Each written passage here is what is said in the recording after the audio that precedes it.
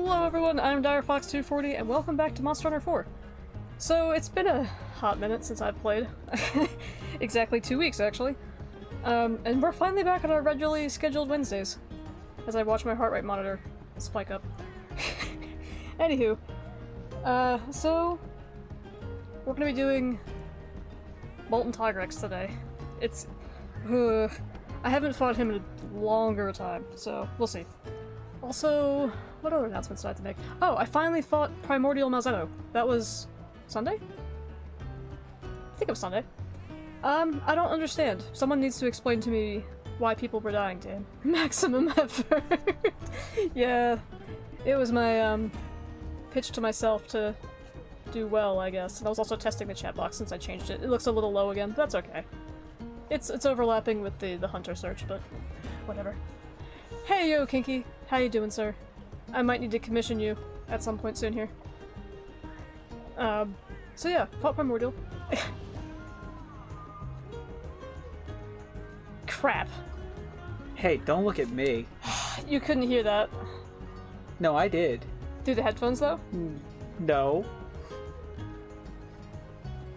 Duo, let me know if you heard Long Man.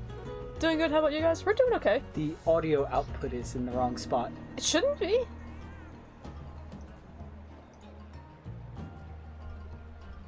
I swapped it over. Through there or there?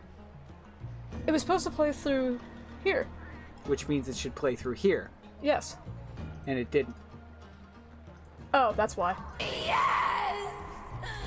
There you go. Fixed it. Thank you, Duo. Thank you, Plum, for testing the audio alerts. And I even went through and I was like, okay, I can hear the emulator, therefore we're good on sound. I didn't test the audio because the alerts. Emulator has its own audio output settings. Exactly. So I can make it so you guys can't hear the emulator, but you can hear the alerts and all sorts of fun nonsense. Yeah. Heard it through your mic? Yeah, sorry. That's because it was coming full blast from one of the TVs. Or from the monitor. But yeah, hanging in there, Kinky. Work is slowing down for me for a little bit, at least for the next couple weeks, so I'm gonna try to go full send on YouTube content. I'm playing a lot of World of Warcraft still. Doing Mythic Plus dungeons? What is a Mythic Plus dungeon, sir? I don't know anything about WoW, besides you get cool mounts every once in a while if you pay for them. Play my Long Man? Absolutely. Long Man. There you go.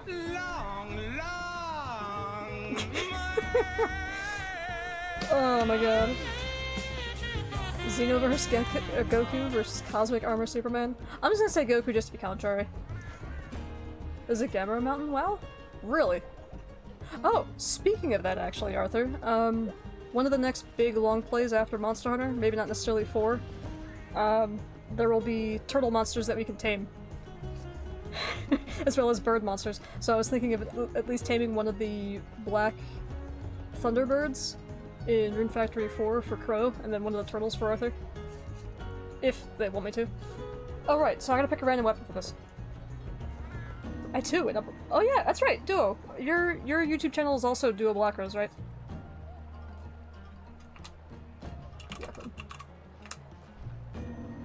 Yes! Oh my god.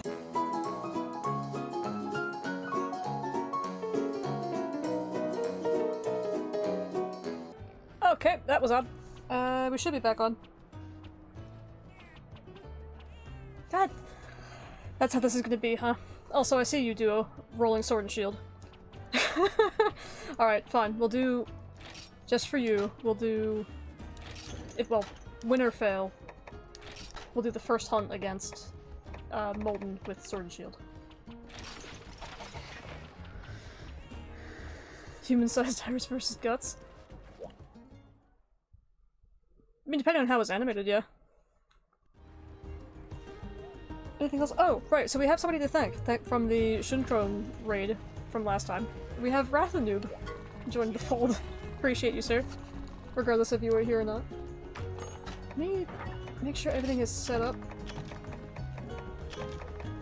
Yeah, frickin' Shunkron and Warbeard and all them guys, and Crimson Gunner as well, are really convincing me that I need to try Frontier at some point. I know I'm gonna lose, like, God only knows how much time trying to get through that game.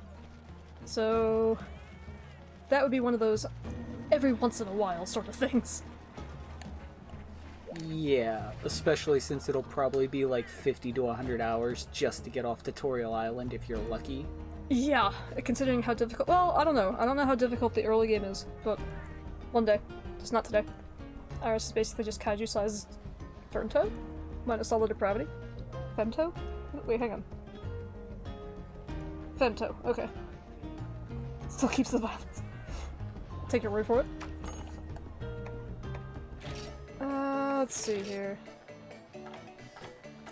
Defense is always good, but can I get foodie? Not really. Alright, that's fine. I should actually- ooh. For this hunt I should definitely bring Farcaster combines. As well as the Farcaster. So I believe this is in the arena. Let me check.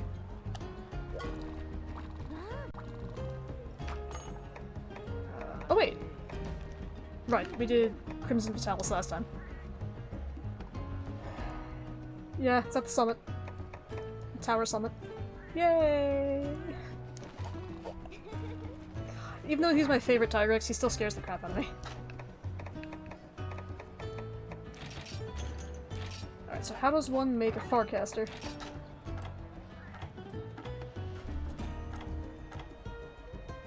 Bomb casings and excite shrooms. Okay, well that we can bring.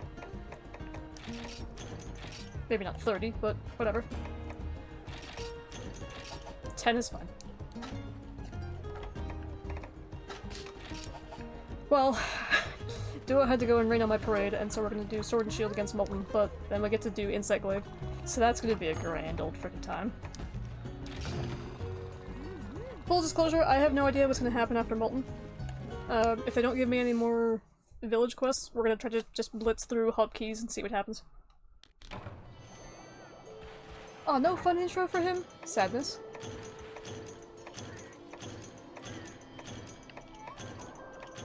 And an easy Farcaster. Yay! Okay, so this boy, for those who might not know, gets faster as the hunt goes on. Hey, buddy. Let's get behind him.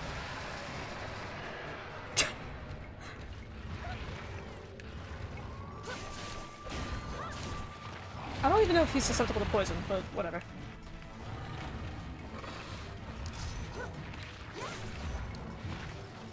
All I know is his claws act like flint, I guess it would be? And inflict blast blade.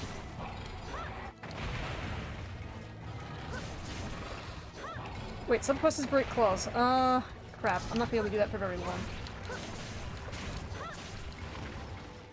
I feel like as soon as I drop to green sharpness, I'm not gonna be able to break anything on this guy.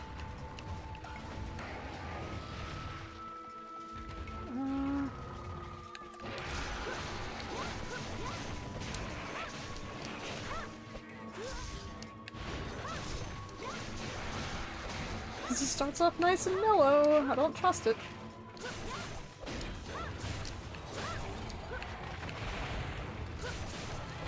Well, if only we get super lucky and clear him on the first go.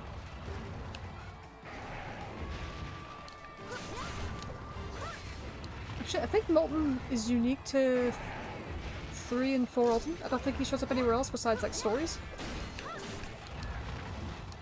Hey, thank you, Stream Elements, for catching up.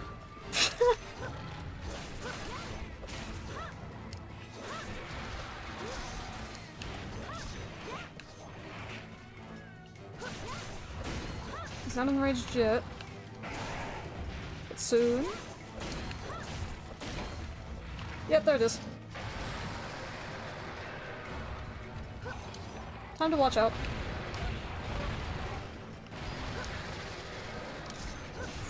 It's like an explosive brute Tigrex.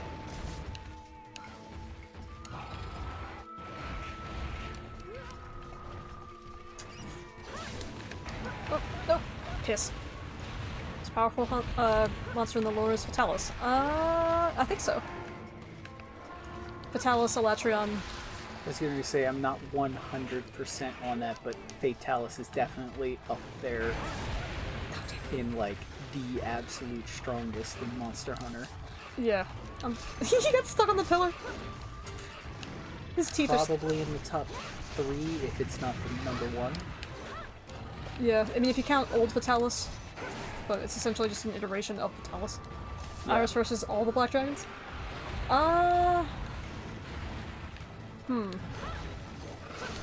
Depending on how fireproof she is, she stands a pretty good chance, I think. So Fatalis is big, but he's not kaiju big. Actually, I wonder if Dire Morales would actually have a better chance. And then some say Dalamadura is Black Dragon level, but I don't believe so. Maybe Shah Dalamadura? I don't know what he does, though.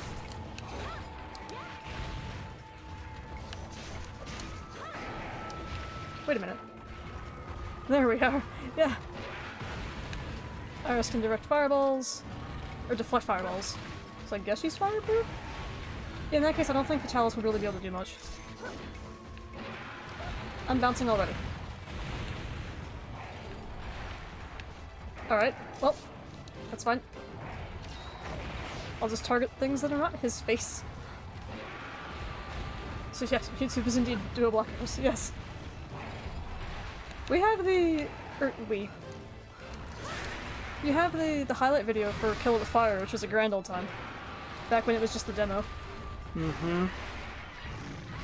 And... wait, do you have the entire Nuzlocke on there? I want to say you do. Didn't that Nuzlocke get super borked? Yeah. Okay. I forget exactly what happened, but the Nuzlocke did indeed get screwy. Shah's just a normal one that's shed, so it's more defensive. Okay. So then never mind.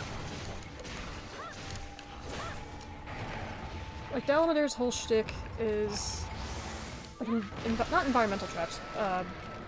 Obviously he's huge and squeezes things to death. I'm still blast pointed by that? Okay.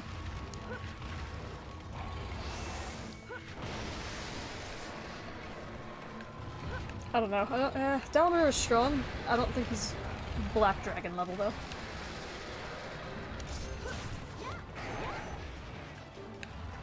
Oh, I forgot to see what jersey you'll send me before we started. Damn it. You might want to mute if you're gonna watch it. Yep. Oh, frick. I just muted my phone in case it goes nuts again. Like a, okay. There's probably a video of what she actually got at Home Depot. Oh, for the wood, yeah, that's right. Damn it! I didn't know he'd be able to get me up there.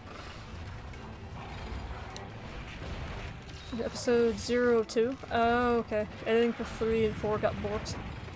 Oh, okay. Gotcha.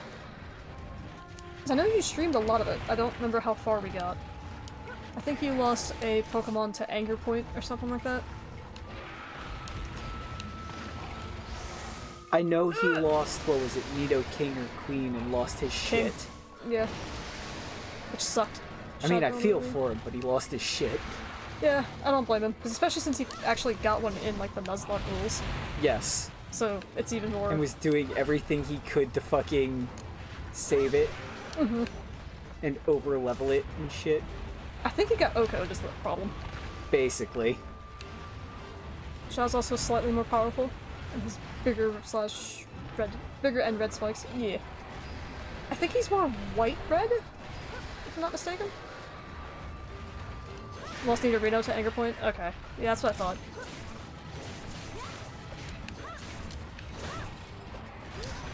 What Anger Point does is when a Pokemon gets crit, it maximizes out its attack stat, so it's times 6 attack.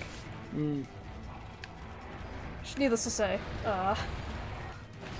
not much can survive a times 6 attack Tauros. Oh, he's slowing down. Is he tired? I think he's tired. We'll do a mini whetstone. Pairing Kaiju with Monster Hunter is basically Pokemon vs Digimon. It seems like it. I will attempt to break the claws.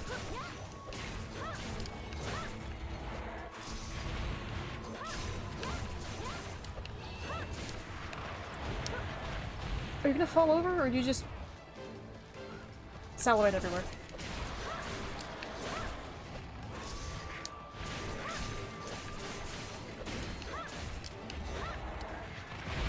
Oh, frick. That's why I ran those streams. I wasn't conducted to being good YouTube videos. Oh, the way you ran them? Maybe. I don't know. I don't know if you need to run the streams better like you were thinking you do or not. Nuzlocks are difficult. It's either you edit down like 5 hours into like a half an hour, or you post a good majority of the streams and break it up into parts or something.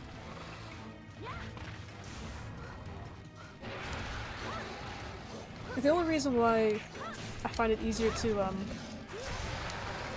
easy-ish to edit down Monster Hunter videos is because they come in perfect little capstones. Like, each hunt could be like a segment, essentially. Or, ooh, that's a move I didn't remember. Oh, against the wall! Frick. Needed to co-host? Yeah. I don't know. With streamers, you can always, like, be a little, not deceptive about it, but you could be like, do your outro mid-stream, and then do, quote-unquote, you know, double record an episode, or like 2 episodes, if that makes sense. Oh, I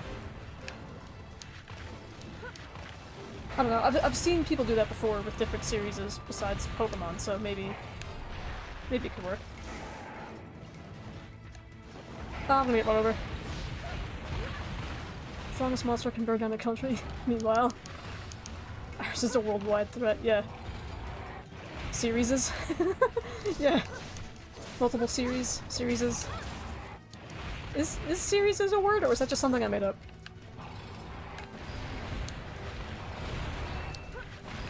Or multiple series.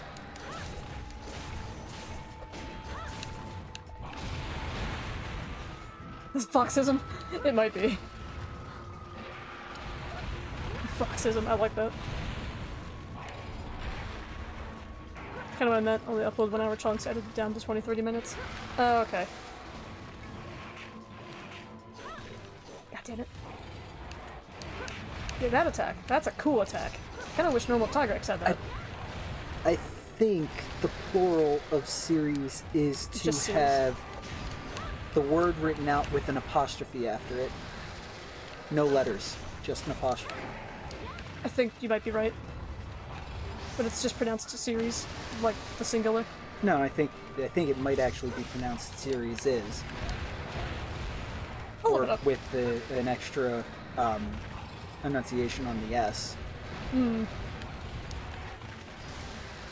Oh, even if you stream for 6 hours, yeah. Okay, yeah, exactly. I think that would work out, honestly.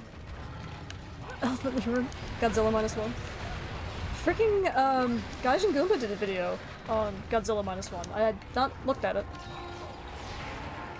Oh god, I'm just getting freaking wrecked here. Alright. Mega Potion. It's pronounced pineapple? What? Series is. Oh, right. Or series. Ignore Gaijin Goomba. Goomba's a good bean, though. I mean, really, the only thing I know about Gaijin Goomba is when he was doing the D&D campaign with Monty Glue.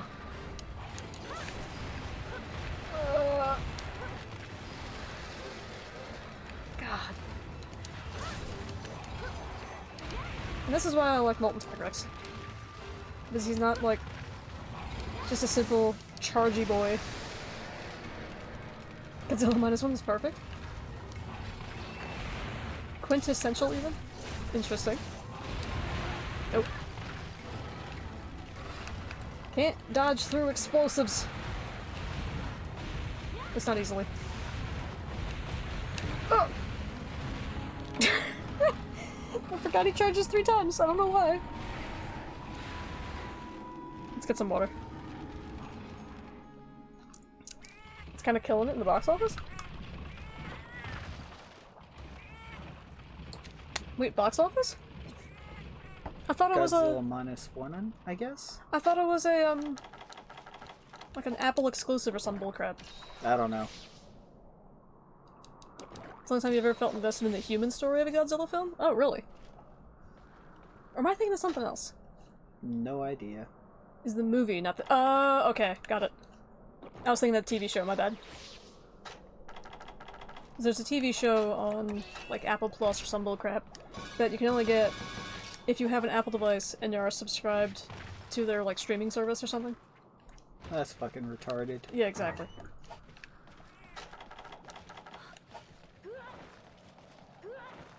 He does in Godzilla vs. Megatron? Oh, does Godzilla dropkick anything? Oh. Wait, does he actually dropkick something in the other movie? That's kind of fun. If he does. Megalon? Yes. Oh, not Megatron. Yeah, Megatron's a Transformer. I believe I remember seeing Godzilla dropkick something in one of the older movies. Nice. One of the Japanese costume movies, not like Godzilla, whatever it is, 2000. Yeah, I think Godzilla 2000 was The an American Godzilla one where he's in New York. Yeah. The one where he was more lizardy. Or not lizardy, like more... The one where Japan got upset about it and basically bought the rights to it and made a movie where it, like, their Godzilla Killed fucking it. killed it. Right, Or some shit like that.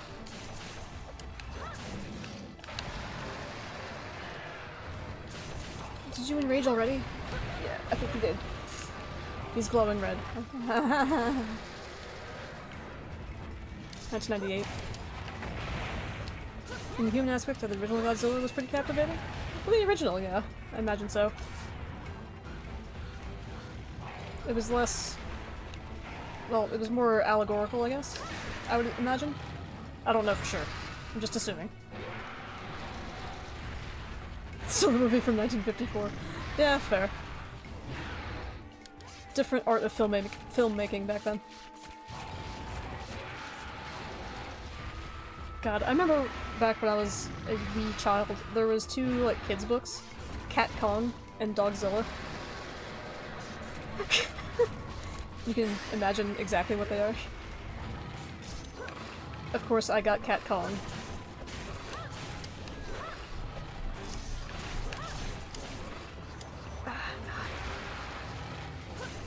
The sword and shield movements are a little bit difficult sometimes. Ow. Is it aged drastically for better or for worse for the original? Yeah. Nature of the beast, I guess. Haven't seen it, wouldn't know. Yeah, same. From what I've heard, it probably hasn't aged all that bad if you actually... If you don't mind black and white. Yeah. If you understand the time and the premise. I got ya.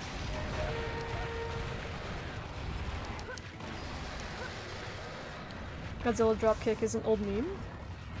Or Yeah, still a from dude when in he a was still a dude in a suit. Oh, okay. Who actually did a drop kick in a Godzilla suit on screen. I mean, why the frick not?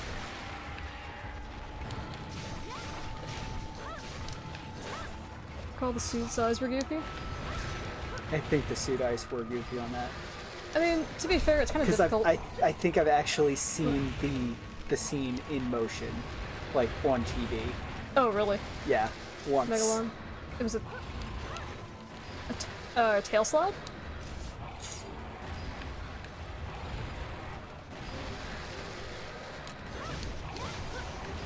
No, I distinctly remember a sideways drop kick with both feet. I mean, if you're put into a kaiju suit until to fight somebody else. Yeah. Sometimes tail and this is dropkick. memory, Oh, okay. so... And we all should know how malleable human memory is. OG Godzilla held up when I was 16 and gave me a freaking nightmare. Dude, Japanese filmmaking is no joke.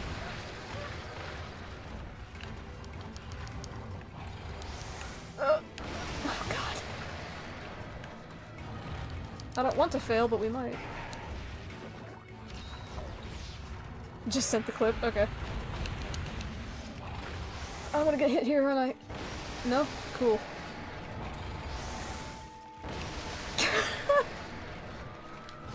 He's a loud boy. He weaponizes his roars better than Brute. But that extra bit of blast from his claws is just... I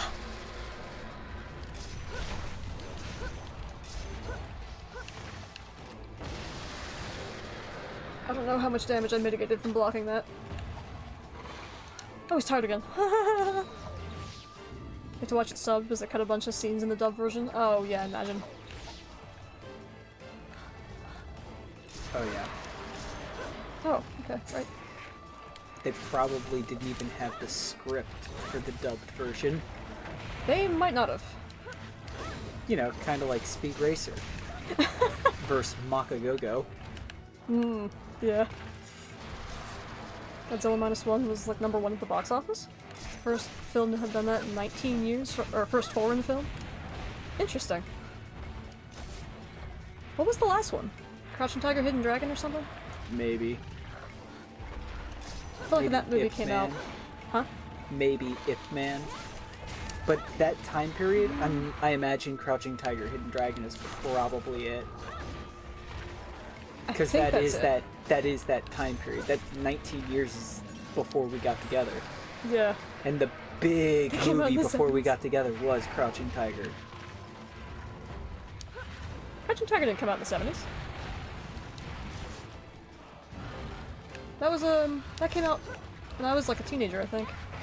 They might have had an original or it and might a have been the remake, original, but there was one that came out in the early to mid 2000s. It was a weird freaking movie, dude. Yeah.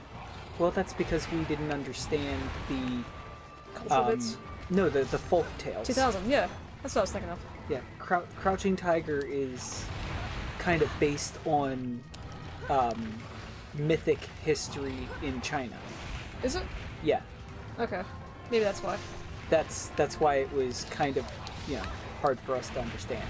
All I remember from that movie, besides one of the, like, older women fetching the main female lead and, like, doing a little wand trick and wiring themselves off into the abyss, as well as a really weird nude scene. Where is everybody? I don't know. I mean, Busy, probably. Probably. There's something called life. exactly. I'm not worried about it. I mean, my schedule's been kind of erratic for the past 2 weeks, so it's fine. I wanted to stay on the ledge. Alright, I shouldn't hang out by his frickin' front legs, if I can help it. Can I get his tail, actually? That might be a touch greedy, but...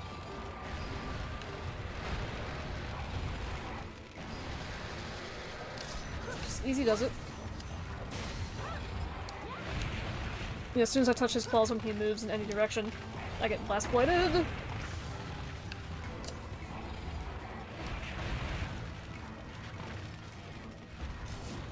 Forget what I fought him with the first time. God! That's what I get for looking at chat without paying attention. Last foreign film #1 box office was Passion of the Christ? Wait! Passion was a foreign film? There he goes. They say it was foreign despite being made in America. What? I could've... that's dumb. Yeah. Like, because it was filmed in a foreign... like it wasn't don't filmed in know. America or something? That's retarded. Like, I'm sorry. Probably because it wasn't filmed in Hollywood. Bogus. Or some dumb shit. Anyway. I don't know, man. Jesus. Who knows? Yeah. An overhyped movie that looked like shit that I avoided. Let me look this up. Okay. I imagine if you were, like, really into the religion.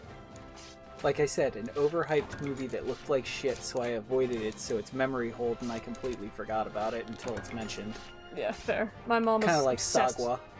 Oh my god, but Sagwa's better, in my Much opinion. better. No offense to Will. I don't know if you actually liked the movie. My parents were obsessed with it. It was annoying. Yeah. I mean, granted, my mom is hyper-Christian, so, or claims to be. She's a very poor Christian. Agreed. Like, I would say is a good example of good Christian. Or do it with parents. Yes. You know, actually helping people and being charitable and such. And almost never talking about religion outside of church. Yes. Yay, we got Tigrex bits. Well, molten Tigrex bits. This boy is in a lot of my, weapon tiers. Particularly the dual blades, if I remember correctly. That wasn't so bad. I remember him being faster and simultaneously slower? I don't know. Ooh, more quests, baby?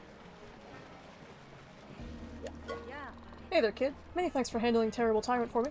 Thanks to you, I was able to watch my young up-and-comer hunt his very first large monster. Look at the dropkick.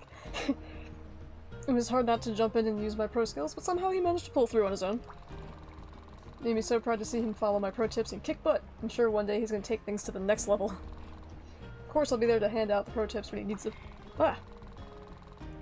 Do you have any up-and-comers of your own? How about a mentor? Is that so? In any case, I'm thankful for all your help, kid. Never forget to be proactive and don't stop taking things to the next level. Alright, well, no new quests from her. We got Monica Bellucci to play Mary Magdalene? Who is that? No idea. Come on, Duo. You know I don't know names. Good day. What impeccable timing. I have a sudden matter I was hoping to discuss with you. You see, the guild has been flooded with strange reports lately. It sounds as though a monster is harassing caravans across the land. Specifically, it has been ravaging their cargo the moment they aren't looking. The strangest part has to be this. Not one victim has actually seen the monster doing it! Oh, it's Chameleos. All of this is so unconventional that the guild contacted me. And as a matter of fact, the situation... frick. Pressed the button early, but theories are theories. Before jumping to any conclusions, I sought the Ace Gunner's help. I was hoping her uncanny intuition and tremendous vision would help me ascertain which culprit I was dealing with. Unfortunately, though, when I asked her, she just laughed and said casually, it's not going to be there. Uh-huh. How does she know? Wherever these hunches of hers come from, they must lie outside the bounds of science. At any rate, she's rarely mistaken. I prefer to back up hunches with fact. That is where you come in. There's a quest called Devil at Heaven's Gate. If you see the strange monster in question, please report back to me. The gunner said she'll provide advice once you're in the area. Thank you, friend. Okay. Monica is really hot. Or was in 2004. Sure, I guess. I mean, Mary Magdalene was supposed to be a prostitute, right? Or people say she was a prostitute? I don't know if she actually was, historically speaking. I know in the Bible, Jesus does travel with a prostitute, I believe. Or like a dirty woman or something. I forget how it's phrased. I don't remember her name. The Mary I remember... Is Jesus' mom? Yeah. No, not that Mary. Different Mary. Not Carpenter Mary. Bible never explicitly states she was a prostitute? Okay. I feel like they referenced her to being, like, unclean or something, whatever the word choices were back then. But I don't think they outright... Well, as Duo said, they never outright said it. I'm not sure who Arthur is referencing. Heavily implied. Probably implied. A lot of that stuff was implied. Might have said something along the lines of Lady of the Night or something. No. Well, the version that I've read really liked the word unclean. Oh, yeah. But it usually meant, like, women on their monthlies or something like that. Yeah. It's different terminology. Fake name. Supposed to say... Sushi sake. Sushi sake. Guild Marm is excited about something. I guess I just don't have what it takes. Wait, what am I saying? I didn't come this far just to... Doodle, what a nice surprise! I didn't notice you sneaking up on me! This letter? What letter? I didn't see any letter. Hey, no, hold on! Give that back! we just stole her letter. Alright, you win, I'll come clean. The whole Dundorma crisis has got me thinking. Maybe I can and should be doing more to protect people from monster threats. So I decided to submit my very noteworthy notebook to the number 5 scribe at the Royal Academy for review. Wait! Is that the same Royal Academy that's mentioned in Stories 2? I don't know. Maybe. We saw scribes, I think, or a scribe. The Carabineer made the introduction for me. What a guy. Anyway, I just got the most depressing response back. While most erudite and elucidating, a number of gross omissions disqualify your records from academic submission. A compendium on the scale requires at least a few more specimens to be considered exhaustive. Very sorry. He didn't actually write the, I guess, in the latter, but I sort of picture him as having one of those snooty laughs. Anyway, I'm not giving up yet. I wrote up a quest for one of the monsters I'm missing, but it's so dangerous that everyone said no. Wait a second. Doodle, you'd agree that we're more than just business associates, right? I can call you a friend? Do this quest for me as a personal favor. Pretty plussy off the cherries on top. It's called Striking Gold. Gold Rathian, I smell. Remember the New Testament is very strict with the church allowed in? Yeah. Most of its first half stuff from Matthew, Mark, Luke, and John, and the letters they sent. Yeah. There are so many Gnostic texts for the Bible, it's ridiculous. Like, good luck trying to even get to all of them. It's theorized that a lot of them were written by priests who were just making up stories, hence why they're not in the Bible, in theory, but the Catholic Church also was very specific about what they allowed and did not allow in. So who knows? Like, there's, I think what was it, Lutherans or the Protestants? Who came first? Lutherans? I don't remember. There's so many different divisions. Denominations. One of those two groups, essentially has the Gnostic version of the Bible, with a bunch of stories that the Catholic Church didn't allow in, which I would love to actually get my hands on, just for the historical bit, and take a peruse. Let's see. And Godzilla minus one, its atomic breath is essentially just a full-on nuke. A shotgun blast of radiation. Fun! One of the most thoroughly vetted historical texts in history. When they can do the fun video in the Lost Books? Ooh. The Lost Books are really interesting, because it also includes some of the Hebrew texts as well. Which, as people should know, they are the OG monotheistic? Or at least, and as relates to the Christian God. Because the Old Testament Bible is the Jewish Bible, I believe. Yes. It's the original. It's called something else, I think. It's the Old Testament. Or is it just, I don't know. I don't know enough about it, I guess. Watch Wendigan's video? Yeah, I will. That'll be a fun time. They would probably just call it the Bible. Probably. My the Torah, uninformed thank you, self yes. says. Torah sounds right. Okay. Yeah.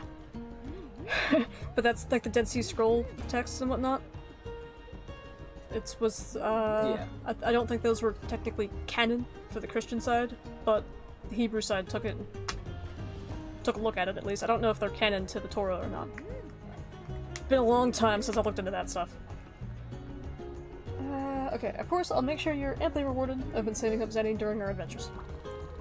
Isn't there a god hand that recruits different beings into its ranks, much like that? A god hand? There's a god hand in The Stand, like Stephen King's The Stand. Apparently he couldn't figure out how to end it, so he literally had the hand of God descend and destroy Randall Flagg, the last character. Spoilers, by the way. The book is weird, man. He tried to make a story about people surviving an apocalypse, but it became like this kind of study about societies, and he had Randall Flagg in it, which is one of his reoccurring villains, who's kind of supernatural-ish. Got it. And Randall was on point to, or on trajectory to win, essentially. I moved over to 4U. Sup? Hey, Brado, how's it going? Hope you're doing well, sir. Yeah, so we've been doing 4U for a while. I just used GU as a break. This is, I think, episode 18 now of 4 Ultimate, and we haven't hit G rank yet. Oh my god. Yeah, it's gonna take a minute. Favorite Lost books were the ones from Jesus' childhood, where child Jesus is a prick. Every child is an a-hole in some variety or another. like, just because you're the son of God and still Not partly all of human. us. Okay, not all of us, Mr. Fancy Pants, but still. See, I was a nice kid. I'm a prick as an adult. I kind of went through, like, my dickhead kid stage, got nicer, and then became a prickhead adult anyway. Big snake go burr. Oh yeah, we haven't even reached Alamador yet. I'm excited though. Favorite Bible story is the one where the bears kill the children. So they make fun of a bald man? Somehow I don't think that's a Bible story. Could be. It's a story where he accidentally kills another kid, and when he gets in trouble, resurrects him to get out of trouble. Okay, that's pretty wild, I'm not gonna lie. That's very human.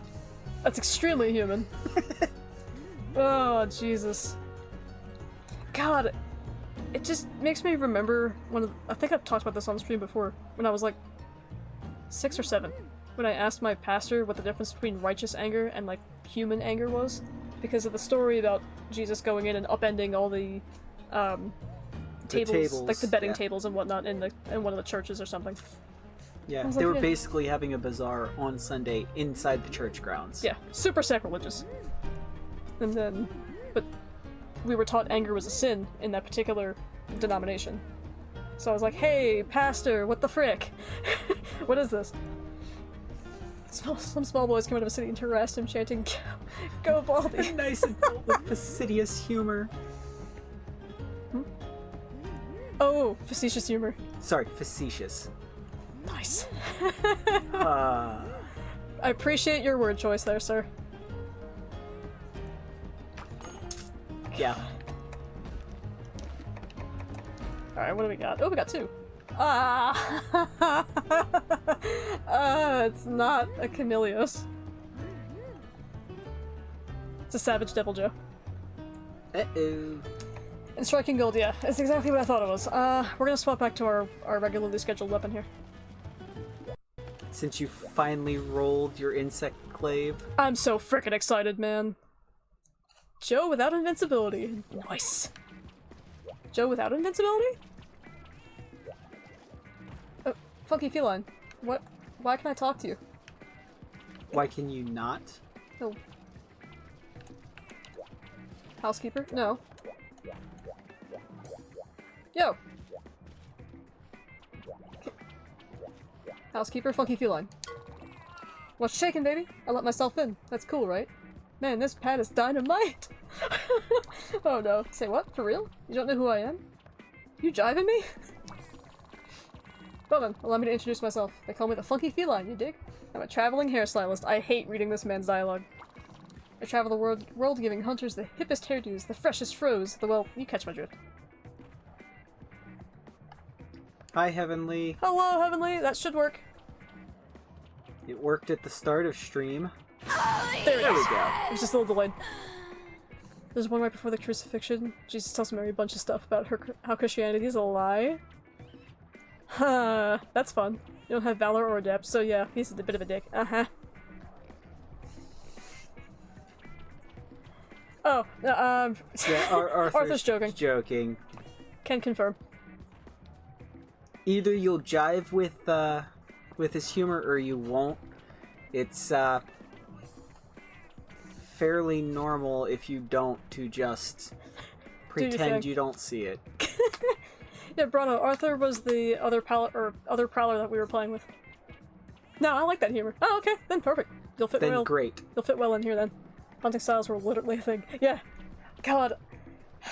I really want, like, for their 25th anniversary thing for Monster Hunter, to just do a slam dunk of every single monster in a game, plus every single hunting style from inception to now.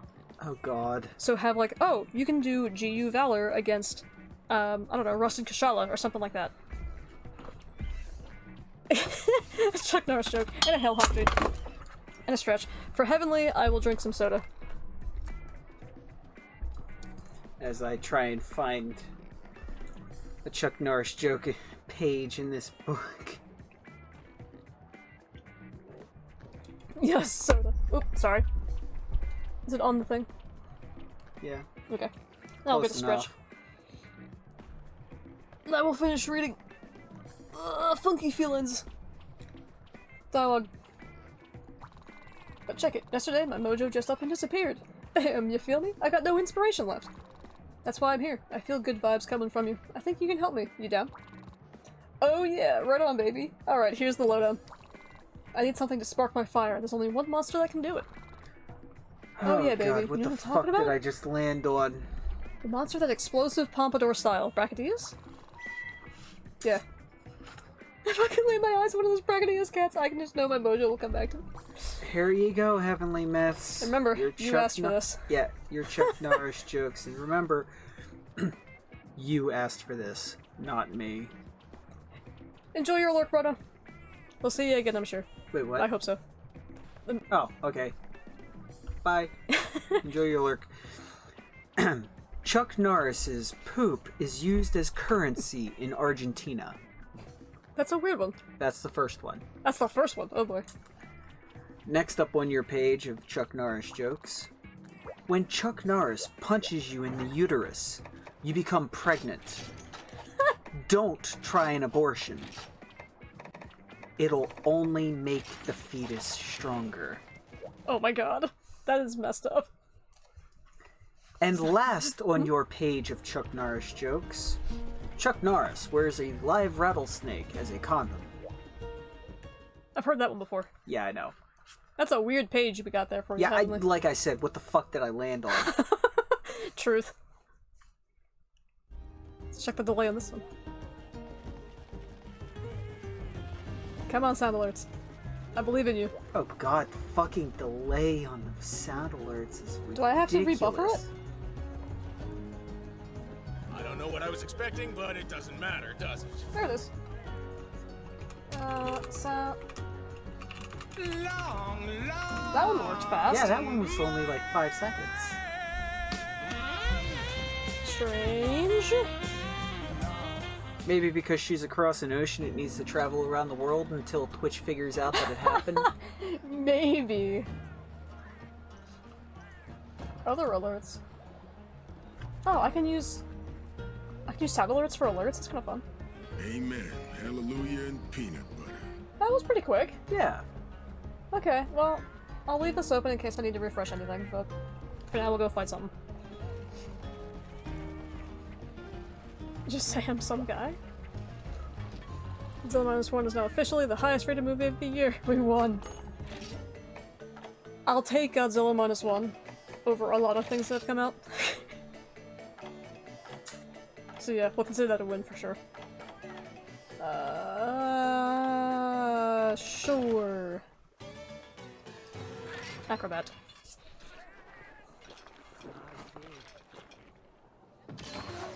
Uploading 1 of my old TikToks to YouTube until it's done. Okay, okay. I mean 1 or 2 a day? Yeah. I'd say 1 a day.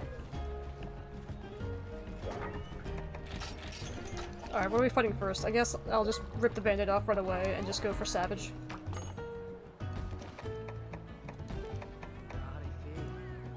Brachydios we could fight too, but I'm not super... Wait, where is this quest? Heaven's Mount, okay. Speaking of which, I gotta make more shorts also. I got a metric butt ton of stock that I'm sitting on that I just haven't done anything with. Hi there. The Lancer asked me to come along and provide guidance. I know we're looking for that monster going around and wrecking all the caravan cargo. And sure, Devilja loves to eat anything it can get its claws on, but disappear at random? I think not. Still, it poses a menace in its own right, so we'd better check it out. Okay, so this quest will probably lead to a Camellios. I have a lot of TikToks to get through, in addition to plans for future content. Yeah, I mean, no reason not to space it out a little bit. 1 day isn't gonna be too bad. I think 2 a day, depending on when they get uploaded, might be a bit much. But, I don't know. Yeah. If you get Dragon Blight, your weapon's elemental power will be cancelled out. Hack any mulberries? Well, considering this weapon has dragon on it, I'm not worried about it. Savage... I mean, you could set them to drop 1 every, like, 12 or 18 hours, so it's not quite, you know, 2 a day. So I it's think 18 like 12 hours would be interesting. Yeah, 12 hours would be 2 a day to keep you in the algorithm. 18 hours would be 1 a day, you know, for like 3 days, and then 2 for 1 day. Yeah. follow Joe. I think Habitual launches his at like 2 o'clock during the day. I don't know what his time zone is though. Like Texas. Oh, okay. Not on a cell phone, I can't. Oh, fair enough. Alright, let's try to get the white extract before I start doing anything. Really? Oh my god. These little eye openers. Maybe we should upgrade to a Samsung fridge. That's... God. You're such a dick. At least we can play Tetris. At least he could edit his videos and set them to times like every 18 hours for release. Listen, if you start using a Samsung it's stronger fridge... than his phone. Is it though? I don't know, YouTube probably thinks so. It... I wonder if it just counts as a tablet. I freaking hate you. Yeah. Who would have guessed that character specifically made it defeat any enemy without any problems would win against some monkey? Yeah. Or monkey boy, rather. Like, I don't know why you do multiple versions at that point. Okay, I haven't actually hit Devil Joe, so... Just download and upload as you go. Yeah, just keep an eye on it.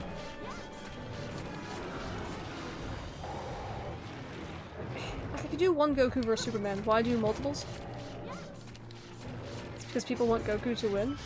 Well then why wouldn't you make Goku win one? Or they just want to be dickheads and be like, oh, because Goku will never win. cannot win against Superman. Yeah. So they just keep making them to get people's hopes up, and then... The only way Goku wins against Superman is to fight underhanded by using kryptonite. Well, which Goku will absolutely fucking never do. true. Because it gets them views. Yeah. Yeah, that too. I don't know, maybe I'm just dumb, but... that kind of stuff infuriates me. I have defense down now. No, that's because you're honest. Yeah, I guess Not so. because you're dumb. Fair. I'll take that. I missed. However... Oh. Now, this is high rank, so he shouldn't be able to do the dancey thing. This is very annoying. Did you pin me? No. Galacticus versus Unicron? I know those names, I don't know what they are. Don't think I've heard of either of them. Because I live under a rock. Fair. I'm bouncing off of his freaking body. Cosmic Planet Eaters? Okay. The Galacticus is like planet-sized or something? I don't remember.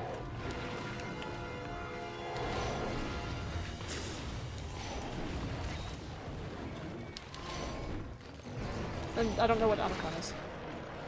Galactus? Ah, okay.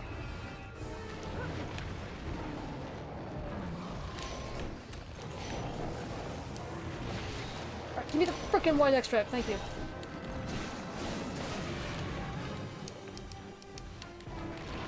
I'm not sure if me unlocking Savage will do anything good for me, but we'll see.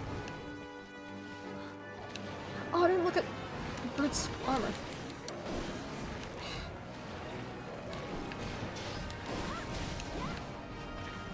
Alright, head is the weak zone during— Go! Jesus. During Enraged Savage.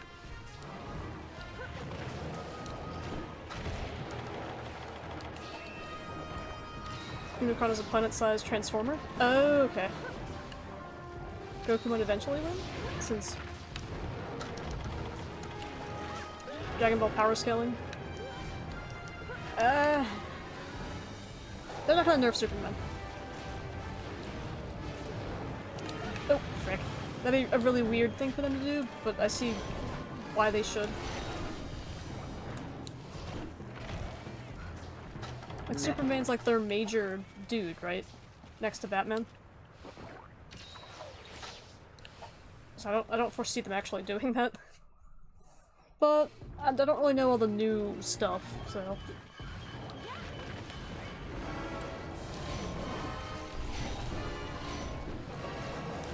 Orange? Okay.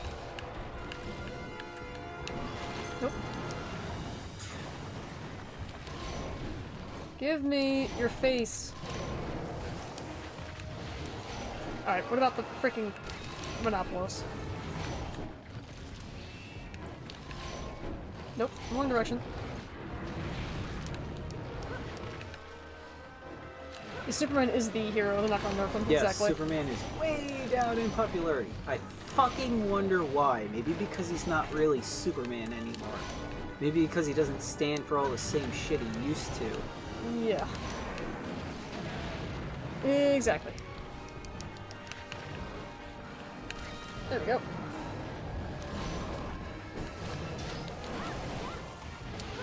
Nope. I mean that, and I don't see Superman jiving with some of the younger generation. Yeah.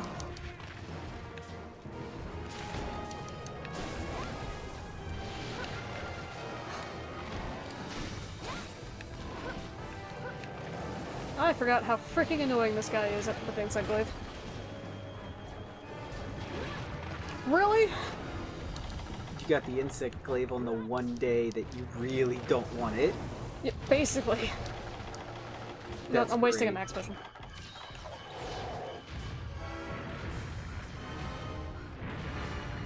Even if Goku used Hakai, couldn't win.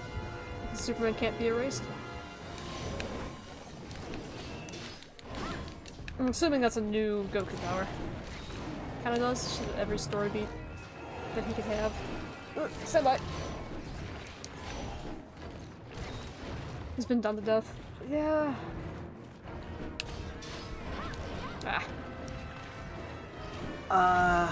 That last comment, Arthur, is not exactly what you think it is.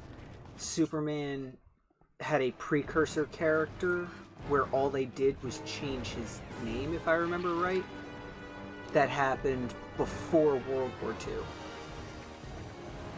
And after we hit World War II, they rebranded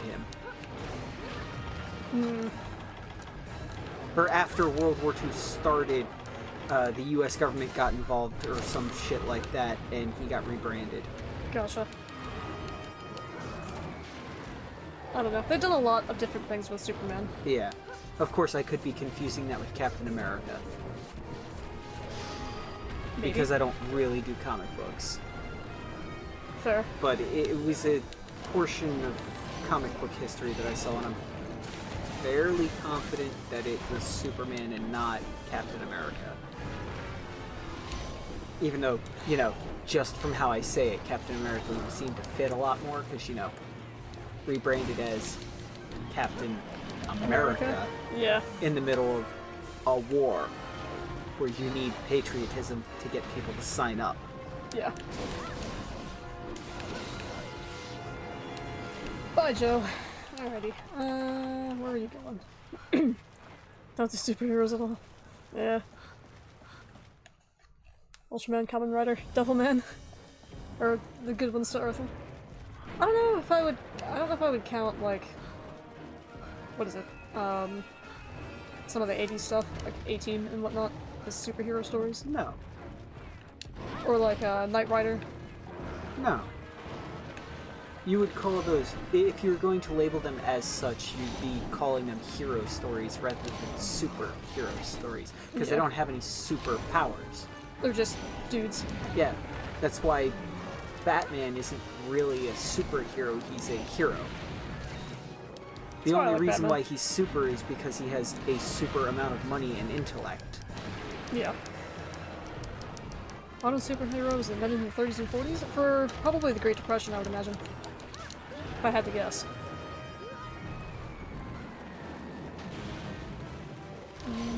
Tells me about him learning his heritage.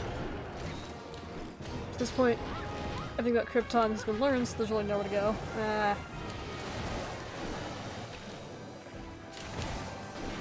So unless you, like, do a different Superman? I don't know.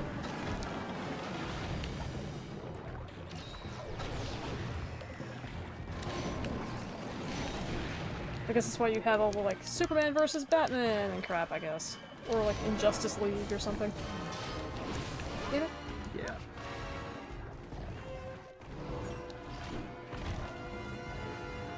Or, Duo, what's that show that you're watching lately with the quote-unquote, like, superpower people? Invincible? Is that essentially... It's a new species, though? It's not related to DC in any way, is it? I don't know why I went with species, that's a bad word for it, but... Krypton has giant space mole rats that can invert space and fart out hyperverses? What? Well, frick, if that's a thing. In theory, you should have never-ending content, but... Then it wouldn't be the Superman? Well, we've had instances where it wasn't the Superman also, right?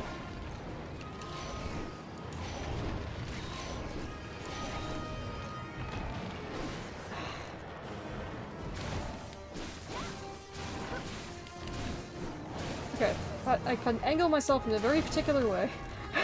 I won't bounce. Invincible was written by the writer of The Walking Dead. Okay. It would have been funny though. Oh, and I feel like comic book writers will usually leave them like leave themselves an out, so to speak. Like, oh, here's a reason why this alternate universe thing works because XY. I'm dead. Because of XYZ reason. The Walking Dead comic, that is. Okay. So Walking Dead comic and the TV show were different? Well, yeah. Well, they different creators. Followed the comic, but you had screenplay writers and shit. So they and had to make it directors different. and actors. Yeah, nah. No relation to Marvel or DC. Okay. So maybe inspired by, but different IP and all that fun stuff.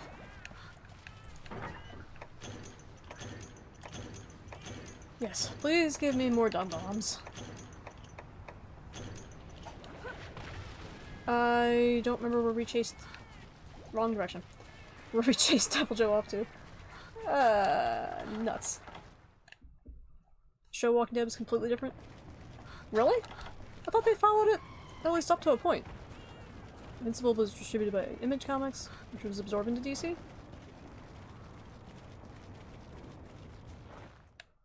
So no full-on relation to Superman and the other heroes? Okay. I don't know, because at least Invincible seems to have a decent concept for what it is.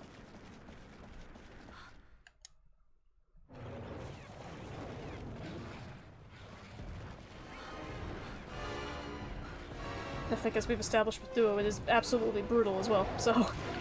Damn it to hell. Eat paint! Thank you.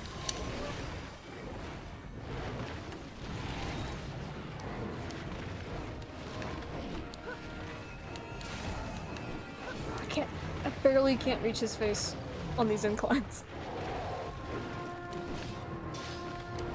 Nope.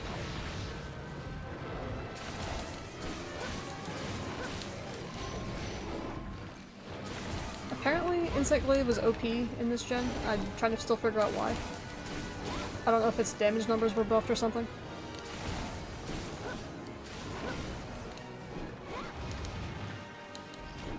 Main hero... Invincible. Oh, hang on. It's in terms basically Gohan, but his dad is evil. Okay, yeah, that sounds about right.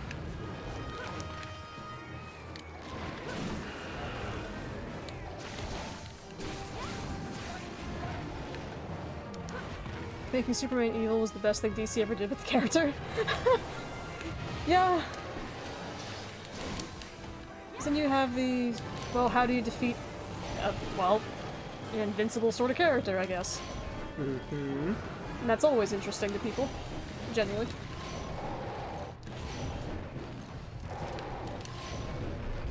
God damn. Without the red extract, my attacks are basically half damage.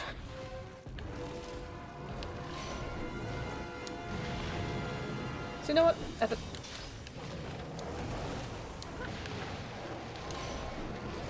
There we go.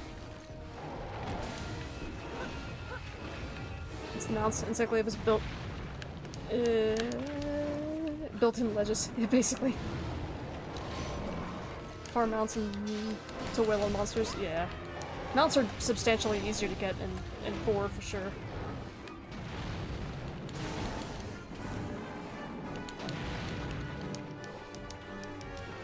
Frickin' Tremors. That's still a good movie series. What? Tremors? My discovery within some of the names. At least for what, the first 2 movies, it was a good movie series. 2 or 3? I don't remember. I don't remember how bad movie 3 was. Not distinctly, at least.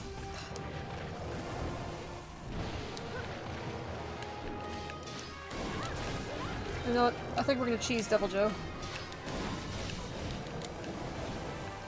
If he doesn't kill me first. It's one of the fun things you can do with the Glaive on certain monsters. Is you can hop beneath them and still you just hit found them. that out, Duo? Wait, what? Passion of the Christ is getting a sequel. Why? I don't know, because people are fucking stupid. Mega Jesus. Maybe.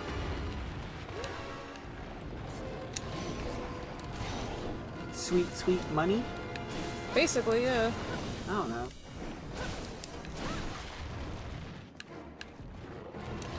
I know I'm missing some comments.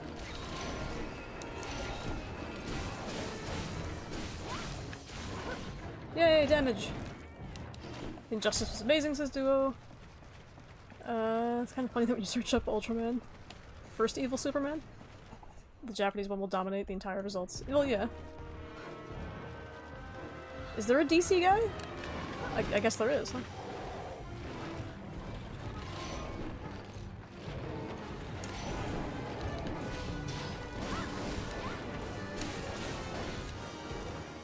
Oh my god. The only problem with this Glaive is the green sharpness.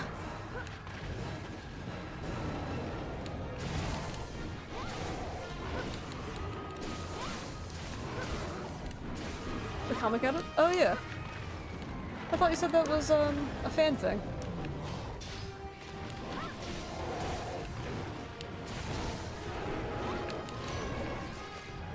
We'll save the red. Gimme. Try to get white.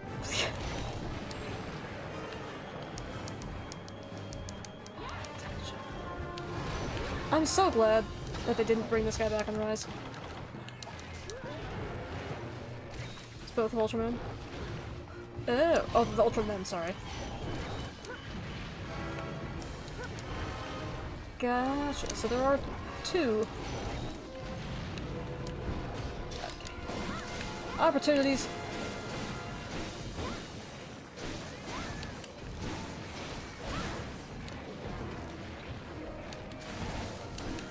Damn it. There's a very specific part of his body that bounces, and I'm not really sure which it is. But now he's got my cat in his mouth.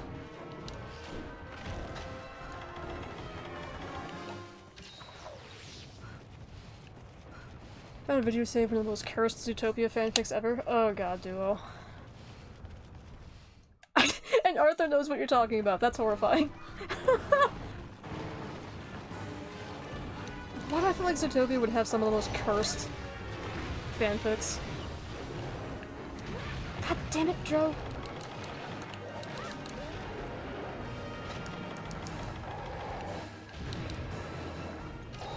It already does. Well, yeah, that's what I mean. Like, I don't know why it doesn't surprise me. I've never even seen the movie. If I remember right, the movie's not bad. It's actually like an okay-ish movie. Is it? At least if you're paying attention to the animation. I think. No idea. All I know is it's like some naive rabbit Yeah. chick who's All a I know police is officer. I've seen like 5 minutes of the movie. And it wasn't as horrible as I was expecting. That's a compliment, I think.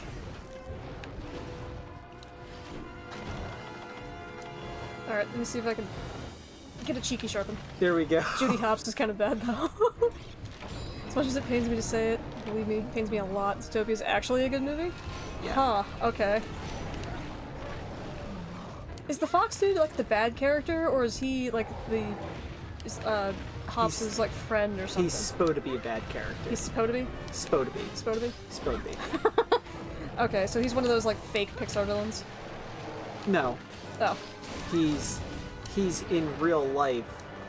He's the sidekick? He's This is Arthur? in real life, he's the guy you expect to be the bad guy. Oh, that's a really far-reaching distance, you hoe! Alright, Or sorry. at least, that's how main character, I think Judy is main character. I Yeah. think that's how she goes into it. And how she sees it for a while. Or is he Is like he's the bad guy. I've seen, like, random bits like him being a detective, unwilling sidekick. Ah, okay. Yeah. So the fun character. Oh, no. No? But sure. I don't know, the unwilling sidekicks are always... He's like a super more fun. sour fucker. He hates being the unwilling sidekick, I think. Exactly.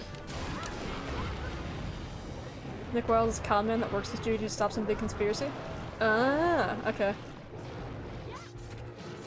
Predator's going feral. Huh. Yeah, that Interesting. sounds right. That sounds Dylan's about right agreeing, for so the yeah. 5 minutes I saw.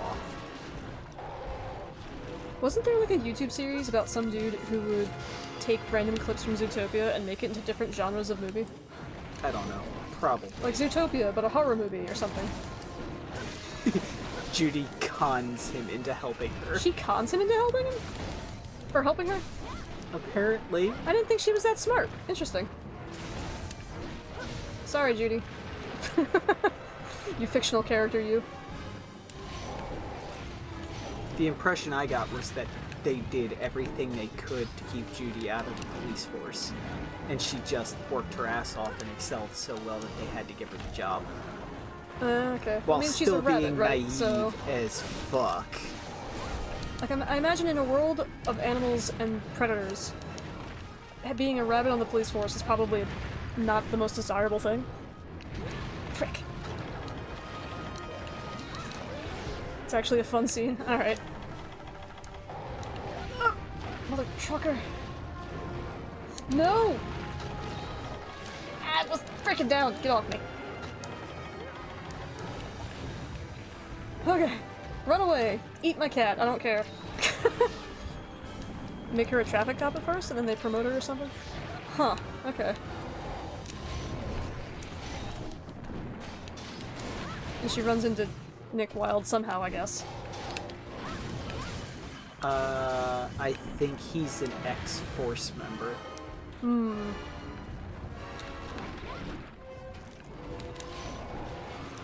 Yeah, she wasn't even a traffic cop, she's a fucking meter maid. A meter maid. Oh, wow. Yeah, they really didn't want to put her in the force. They just had no choice. Well, I have to imagine, if, like, if you're going full send, and, like, all the animals exist, and they're bipedal and talking and whatnot, I feel like you would have, like, dogs and Oh. bobcats and such Just on the police con force. man. Never Huh? mind. Just a con man? Okay. My Interesting. bad. Huh. The impression I got was that he was some kind of, like, a detective or something before he was a con man. Maybe he became a detective? No. He becomes a cop at the end. Oh, okay. Yeah. That makes sense. Is it? Wait, is it a Pixar movie or is it a DreamWorks movie? One of. I keep saying Pixar, but I'm pretty sure I'm incorrect. Oh, okay, so that's how she Disney. finds Oh. him. He cons her, and then she cons him. Oh, that's fun. I think, depending on how Yeah. they do it. So it's a good Disney movie? Oh. So it's... Maybe Wait, one of the last good Disney doesn't movies? Disney have both Pixar and DreamWorks? I think one of those is separate. I think DreamWorks is a separate entity. Pixar was also a separate entity. They might both be. Or it used to be. I swear they're separate. I could be mistaken then. DreamWorks is separate? Okay. Because DreamWorks did Shrek. And they poked fun at all the Disney things. Disney and Pixar merged? They did merge. Okay. But back when we were kids, they weren't. Got it. Right, because Pixar handles all the CGI, like, Big Hero 6 style movies. Something like I that. think? I don't know. It's Disney, so... They might have neutered Pixar for all we know. DreamWorks is owned by Paramount. Ah, okay.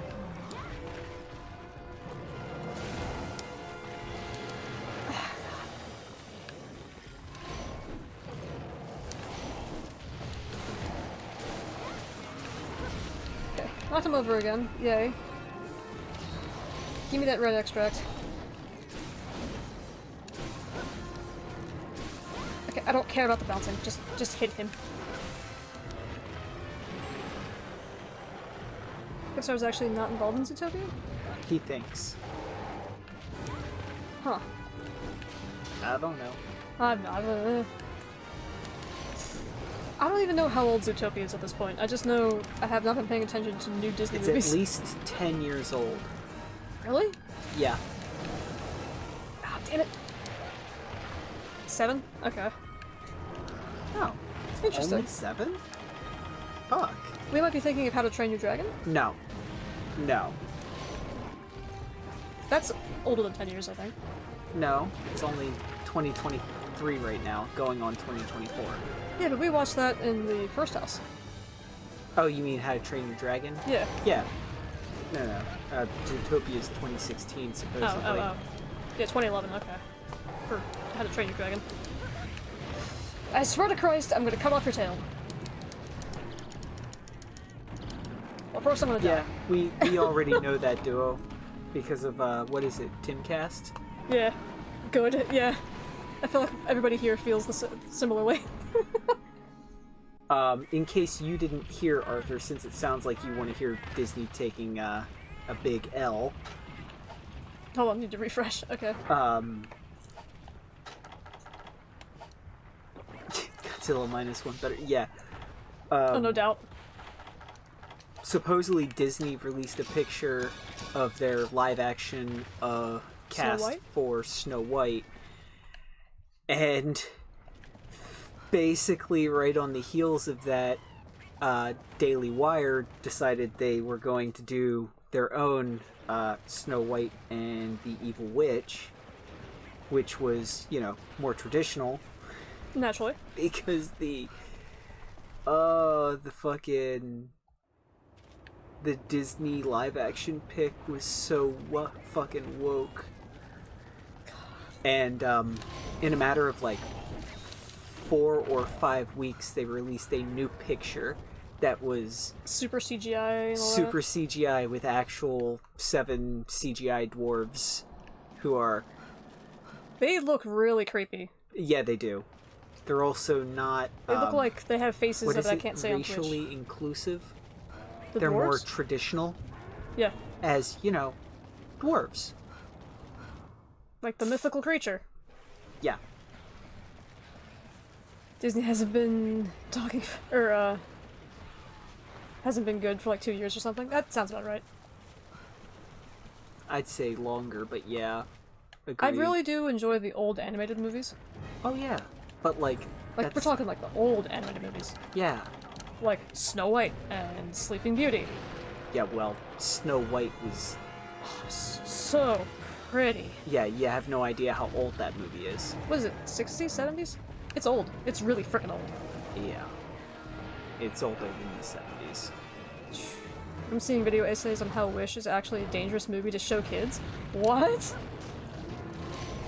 All I know about Wish is the toys I see in Walmart. I haven't even seen the toys in Walmart. There's like a giant display. I live under a rock. I didn't even notice them.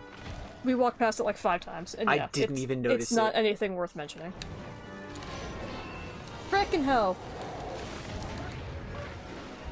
Wish was meant to be a 100-year celebration for the company? And it turned out really poorly, apparently. But it is bombing. The Adam Sandler comedy on Netflix has been doing better than it. What is the Adam Sandler comedy?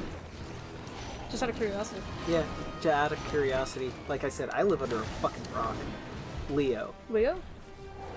Okay. Alright. It kind of rings a bell as as a brand new Adam Sandler thing. Oh, I don't know what it. But like, I haven't seen. Dwarves from the Grimtail like... aren't pretty? No, they're not.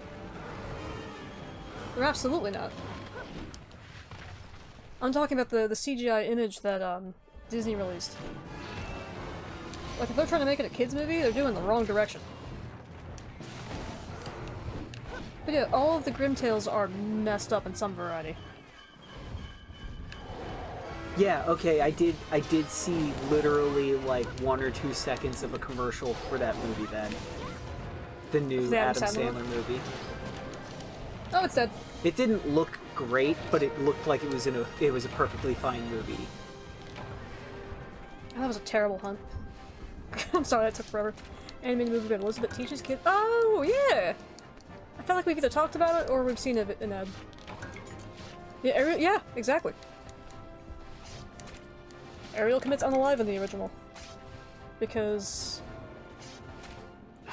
I want to say the curse, like Ursula's curse, is a little different in the original Grimtail. Like, she takes Ariel's voice, but something else happens. Yeah, I think she also was given not only a time limit for, like, her voice, but for, like, her life, maybe? I don't know, Maybe. I'm way out of my wheelhouse on the original Grimtail. It's been a long time since I've read them. There was a redo of Snow White done in short story format from some random writer. They made Snow White into a vampire. Nice. Which I thought was really cool, and all of the dwarves were her thralls. And she ends up killing Prince Charming. Because, you know, ruby red lips, pale white skin. Yeah, it fits. Yeah, so they just went with it. At least. Perfectly fine movie. I mean, it sounds entertaining at least. Yeah, the Adam Sandler one. Mm-hmm.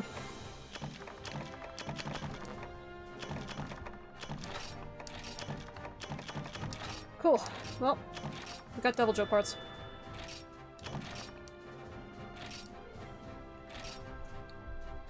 I don't even want to know what Wish's concept is. If it's supposed to be creepy for kids. It actually gives a few good lessons. Adam Sandler even said something like, I wanted to make a movie that kids could relate to, so that they could know that their problems are common. Well, that's sweet. That sounds like a very Adam Sandler thing. Yeah. Prince falls in love with another girl before Ariel finds him after getting legs, so she jumps off a cliff. Oh. Okay, that makes sense. Alright, let me drink some water and then I'll read this guy's dialogue.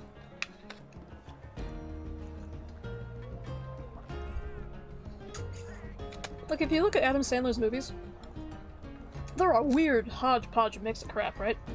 You got like Click, Little Nicky, Longest Yard, and nobody remembers Little Nicky. Mr. Deeds. Mr. Deeds. 100 First Dates. Mm-hmm. Or sorry, 50 First Dates. Like, he's done rom-com, he's done just base comedy, like satire comedy. Yeah. 8 Crazy Nights. That I think is one of his best movies. Ah, damn. Don't Mess with the Zohan. Right, I forgot about that freaking movie. That was a weird one. 8 Crazy Click Nights was freaking horrifying. Yeah, horrifying. Click was a shitty movie. I mean, I shouldn't say it was a shitty movie. Why horrifying? It was, depending on how you look at it, it was horrifying or it was actually really cool. Mm-hmm. But to me, it was kind of just a shitty movie. There was something missing in it that would have made it better, and I don't know if rom-coms usually are kind of flat, but Click wasn't rom-com. It wasn't? No, I mean it might have been, but that's not how I saw it. I don't remember. But it might have been just in how they were shooting it or editing it. Like there was just some little piece to the puzzle that wasn't there. I don't remember enough of the movie except for one bit about him turning down the dog. That's pretty much it. Yeah. I've seen the entire movie too. Let's just appreciate all the moments you have and don't skip those precious moments. Wait, he dies at the end of the movie? Or his character does, rather?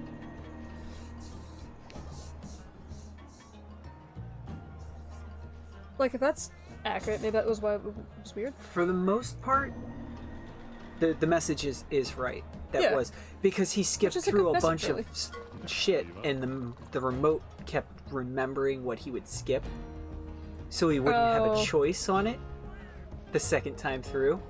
Oh, okay. And at one point, like it it automatically skipped like fucking 30 or 40 years on him, and he was just an old fucking man.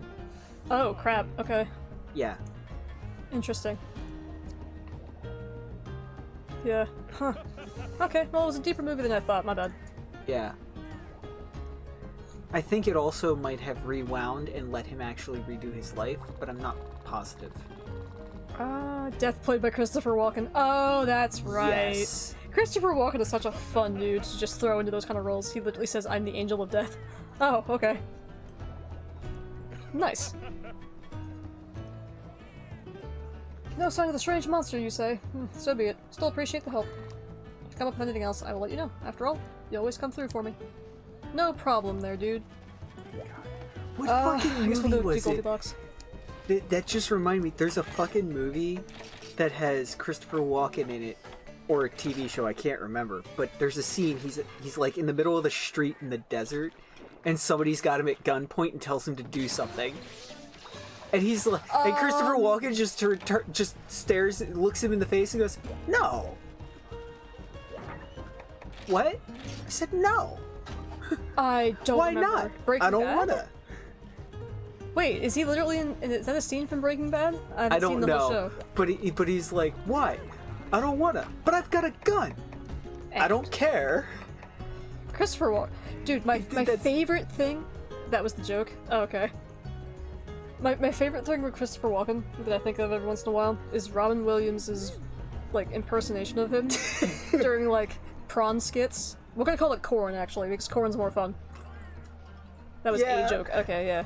Gotcha. Like, but the impression, though, was so good.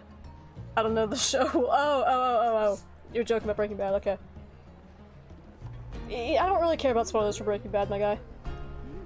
No, it wasn't a spoiler. It literally was not from the show. Yeah, I get you. Got it.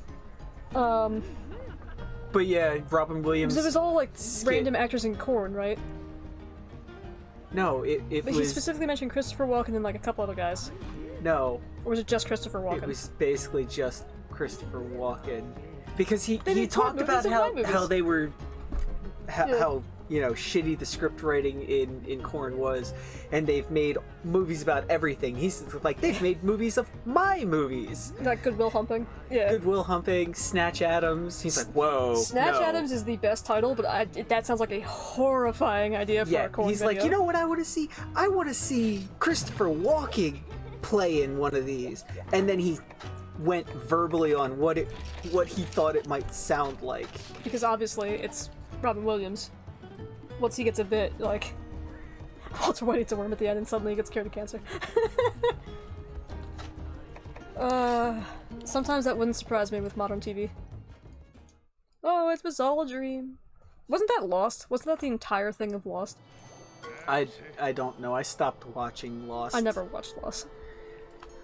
I watched a bit of Lost and then it became really stupid, so I was like, meh. It was intriguing, and then it was stupid, and I stopped. It was supposed to be like an allegory, or like a retelling of something else. I just don't remember what.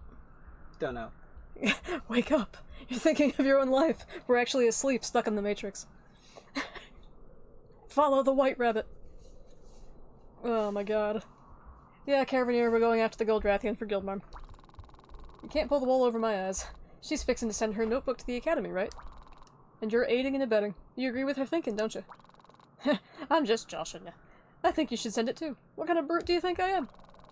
Knock it out there and hunt with style. Make our gal happy. I'll see you once you get back. I just realized I have a green sharpness weapon against a Goldrathian that I think you need blue or higher to do anything to. Well, this is gonna be the bouncy episode apparently. Cloverfield was made by the same guy as Lost? I bet you Cloverfield was better. Having seen neither of them. Wait. Cloverfield, was that a movie in like 2010 where like some monster from the bottom of the fucking ocean comes up into New York, and it's all filmed in like Yes. the first person home videography style. Yes. That's Oh my exactly god, I what wanted my fucking money back from that movie when I saw it. I saw that shit in theaters and was so pissed. Literally, basically shittiest movie I've ever seen.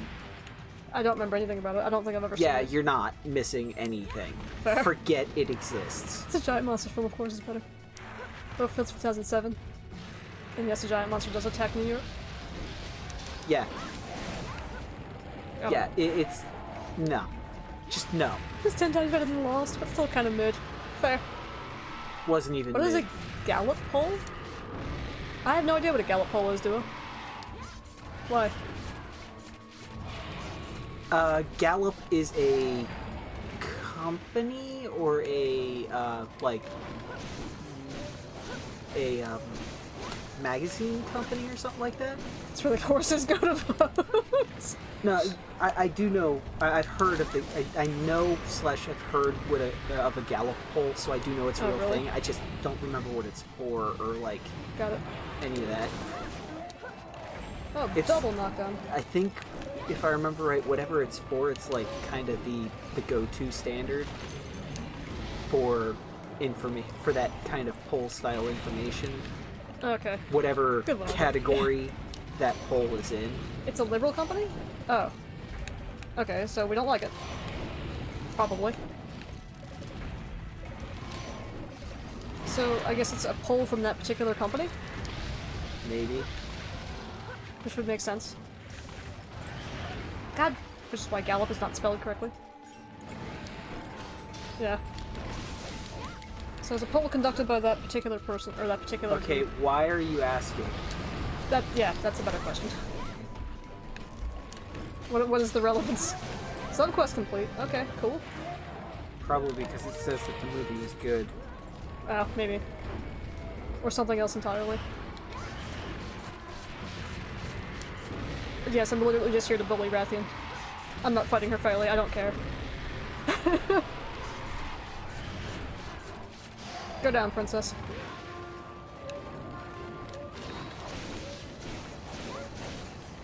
Don't bounce on the wing, 'cause that's what we're hitting today.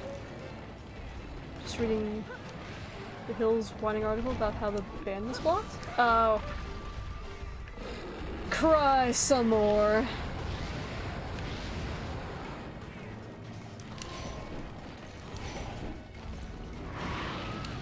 Am I wrong in thinking that the cry some more was a TF2 freaking quote? Where is that from? believe that is not a Team Fortress 2 quote. I feel like it was like heavy or something. It is TF2? Okay. Oh, then I am wrong. I'm trying to remember my source material of my memes. I get nourished from food and liquids. So tears could potentially be nourishing, I guess. In the No, they're literal salty, sense. they'd kill Oh, you. never mind. Meat the heavy? Okay. But yeah, Duo, I agree. I'm with you. I'm poisoned. Detox one, please. Oh. One of them. There it is. No. Nope. Oh, wait, no. I could cut off the tail tip, but I don't think I'm gonna get much opportunity. Oh. Tears are essentially saline, okay. So literal nourishment is impossible. Tears are very much bad for you, yeah.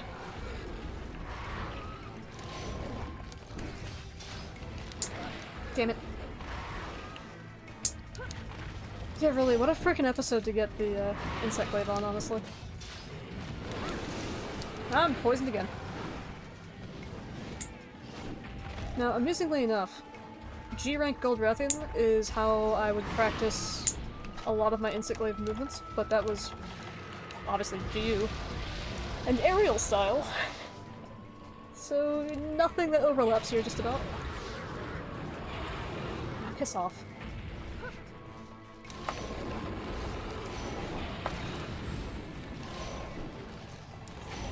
I will say it. forever. The gold rat or the silver rats are terrible.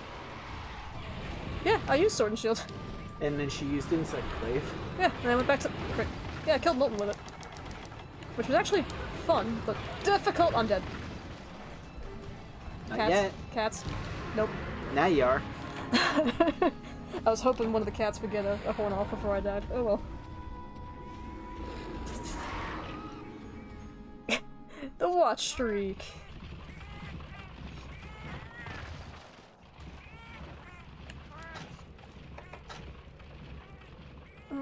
No, I don't want to make first aid meds.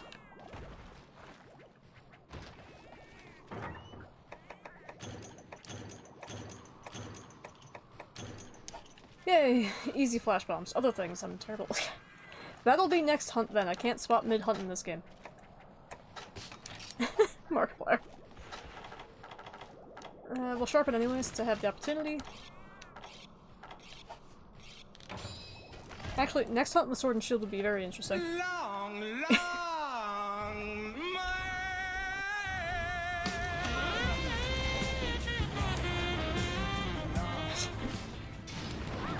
Think there ever will be a Godzilla vs. Gamera? If they remade, or if they made a new Gamera anime, essentially, then it's possible. Get down.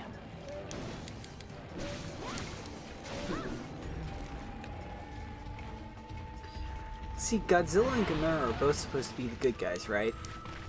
Godzilla not so much, no.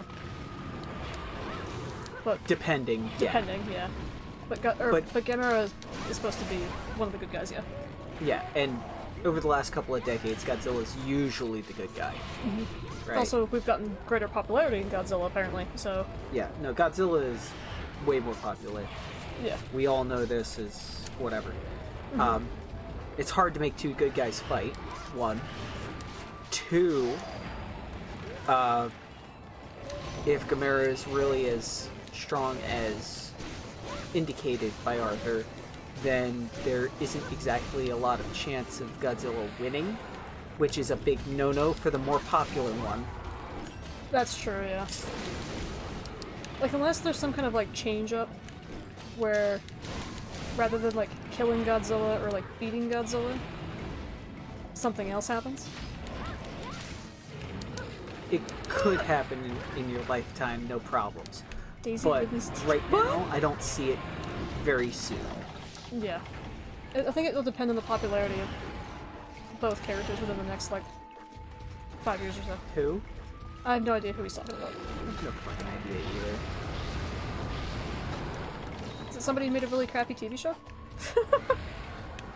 Maybe. Probably malleable character? Yeah, that's kind of what I was thinking. We'd probably do like an OG... Oh! You know, Godzilla's gone insane! No, OG Godzilla wasn't a bad character. He was driven insane by pain from... From radiation. Yeah. Yeah.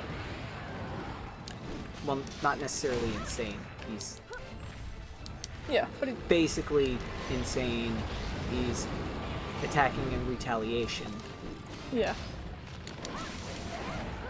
Like, it's supposed to be the showcasing the horrors of radiation. If I remember what Duo has said from the movie accurately. Be a draw since the company we want them to fight. I mean, they could do like a Batman Superman thing, where like neither character wins but neither character loses, which would be annoying, but that's how I would see it happening. Both fight each other until they realize that neither of them is actually, like, both think each other's the bad one. Yeah, basically, yeah. And fucking beat the shit out of each other until they realize that each of them is trying to protect fucking whatever the they're world, protecting. essentially. Yeah, exactly. Or Japan. Which honestly would be kind of cool if you managed to make it more of like the monster's perspective and like humanize the monster somehow. Maybe. It'd be a tough Maybe one to tell, not. or it'd be a tough one to, like a tough story to tell, but it'd be interesting.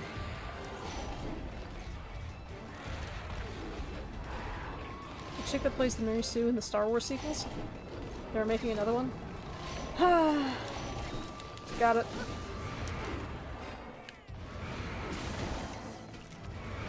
Godzilla sees Gamera as a territorial rival. Oh my god, I'm losing my ability to talk. Could be. Honestly, that would make sense, considering both characters.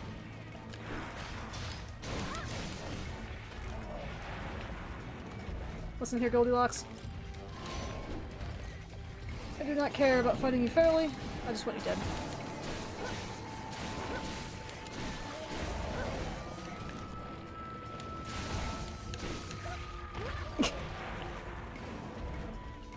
Oh, leap.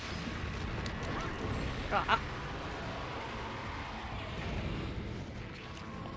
Nope. Nope, nope, nope. No, no, no, no, no. No poison today. What the fuck did Hardee's do to you, Duo? What is a Hardee's? It's like a diner. Oh, that's a good question.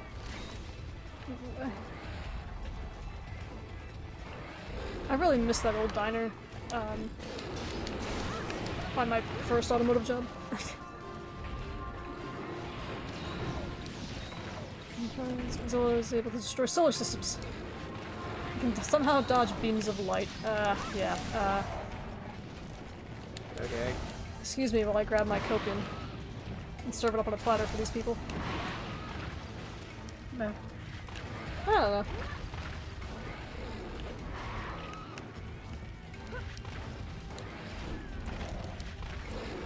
I guess that's why they call it science fiction.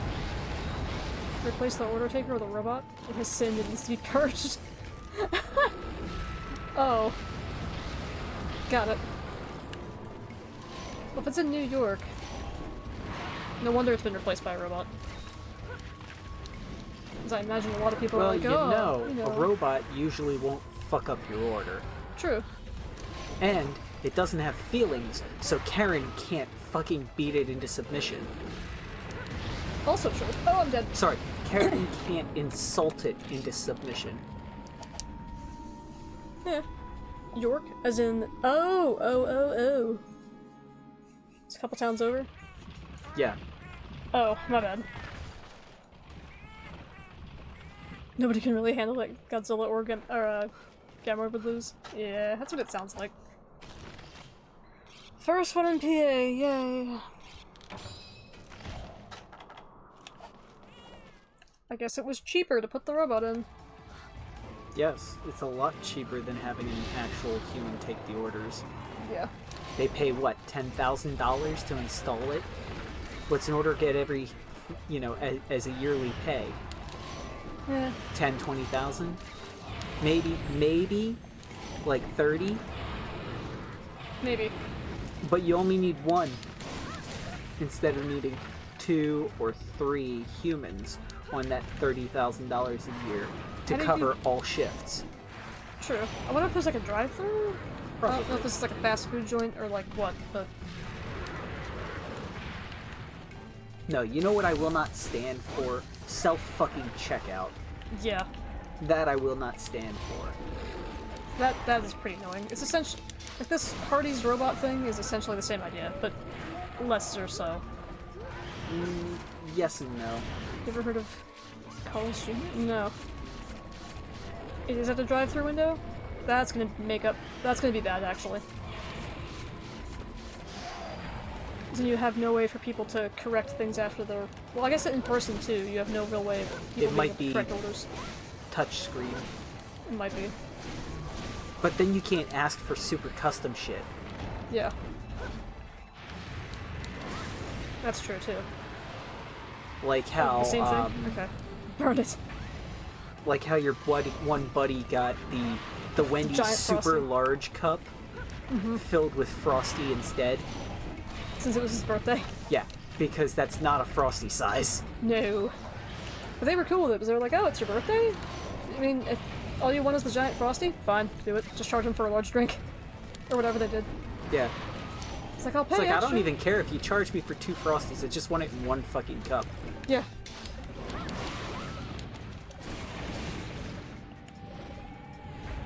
That was a good day.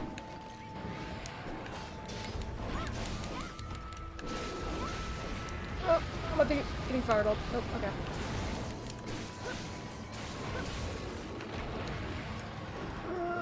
Please don't die. I do not want to do this quest again.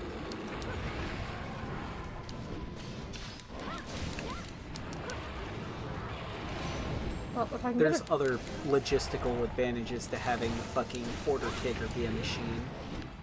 Yeah, well, it could arguably be quicker depending on if it's... No, if everybody's busy fucking doing their jobs, making food in the back, like really busy, then you don't have to worry about somebody getting their attention in order to order. That's true. But in the first place, that would be called being understaffed. Yeah.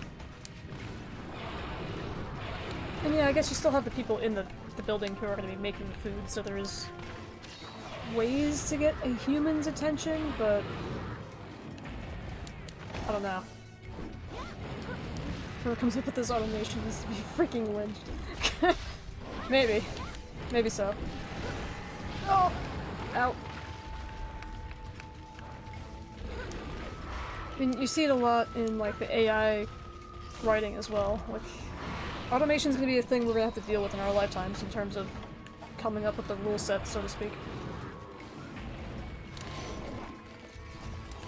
Even AI art.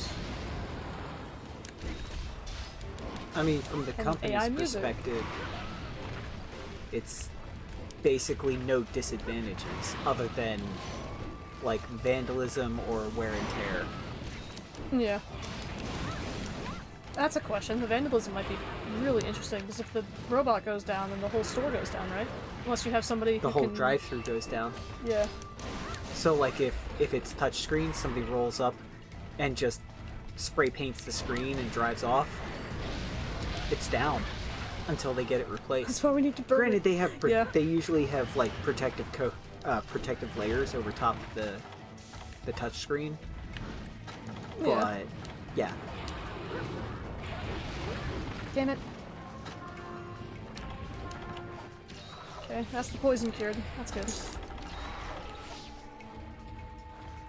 I came up with power scaling. Power scaling's an inevitable thing, though.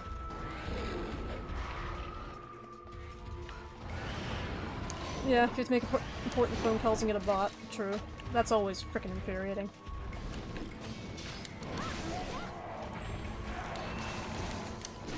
yeah. Well, if 80 to 90% of calls weren't stupid shit that they could find on the fucking website or We be wouldn't have automated, robots. Yeah. then you wouldn't have nearly as many automated call receivers.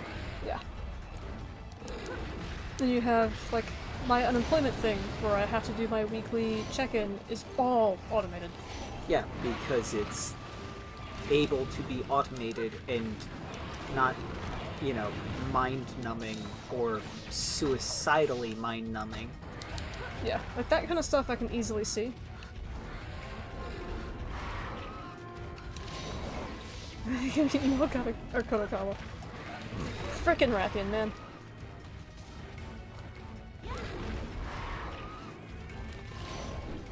See if your invitation is met with the location being protected. Something's not called selected. I mean, that's true. I mean, that depends. That also can be an incentive. Because all they do is up their insurance. Huh? So they can build better. No, so that Sketchy they get robots? more money than they put out.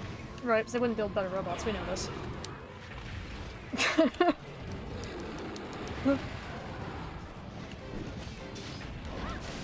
There we go.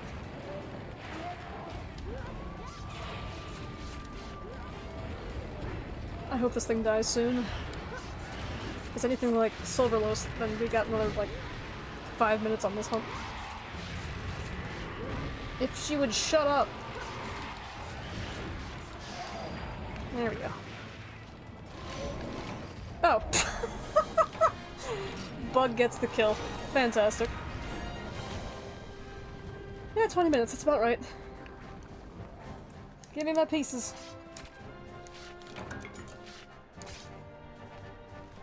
Do you have any soda left? Thank you.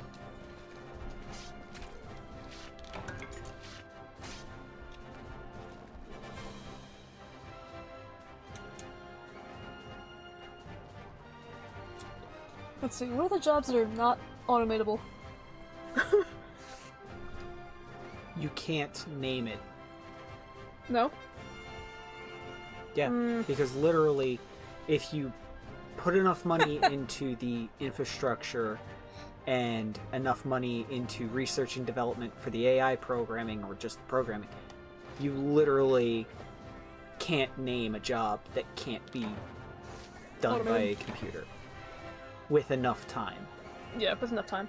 And that's even at current rate, I'd say within the next 10 years, you couldn't name a job that you couldn't drop enough money to do.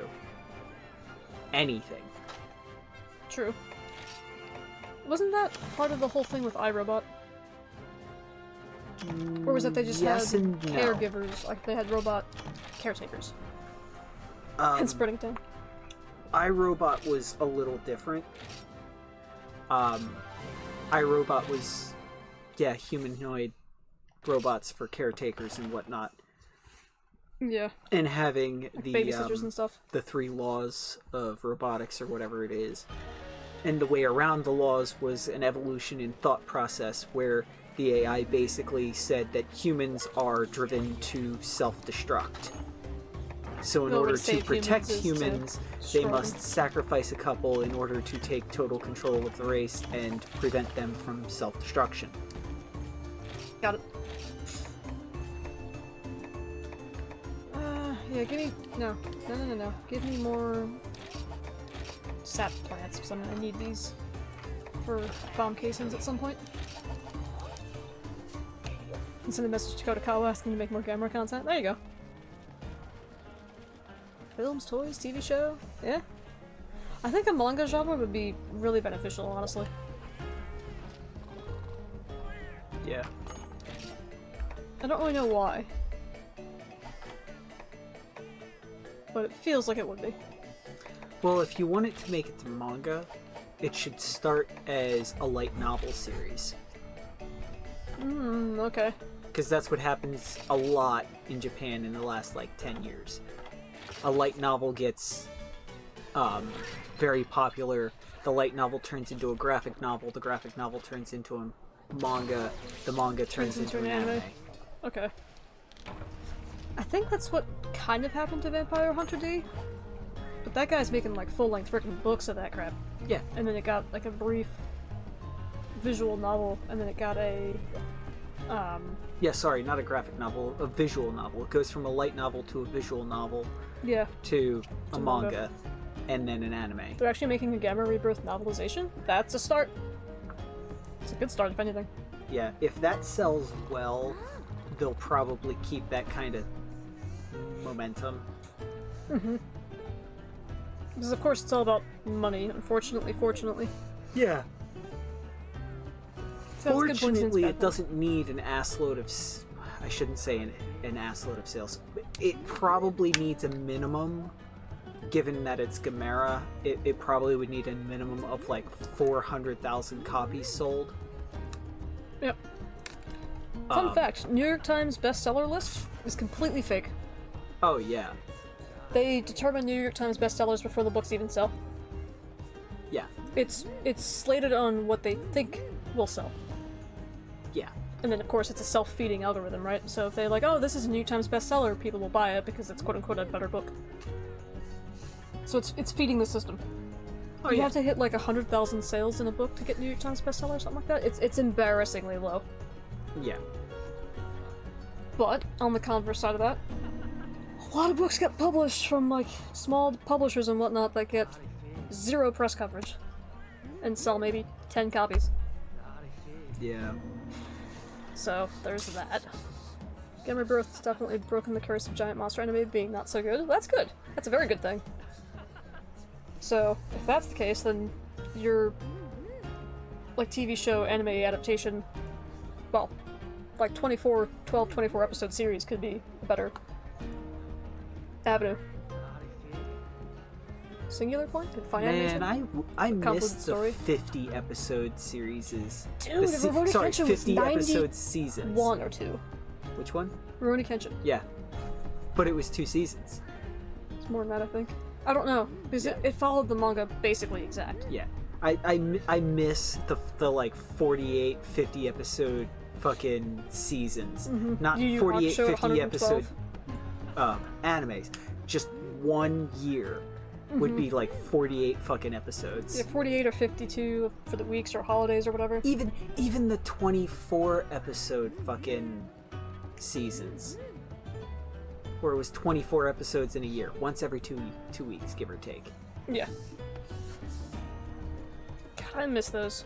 This 12, like, 1 episode a month thing is ridiculous to me. But they're also probably doing better more quality. series, yeah. Taking more time on the animation. Doing more series in the span of that same thing, so you don't have one team probably on one anime, you have one team doing, okay, here's this episode for this month for this particular series, here's this episode for this other one for the month. Yeah. Yeah. Yeah, Rebirth is great, the only problem being the animation. Interesting. Okay, thank you so much, Doodle. You should see the number of holes in my research you helped me fill. I went ahead and forwarded my new and noteworthier notebook to the Academy. They're sure to accept it this time. I just hope the knowledge I've gathered proves useful to someone. Anywho, I can't tell you how grateful I am. I'll make sure you're the first to hear when the Academy writes back. Nice-oo. Well, the only quest we have now is Bracky, so we'll do that.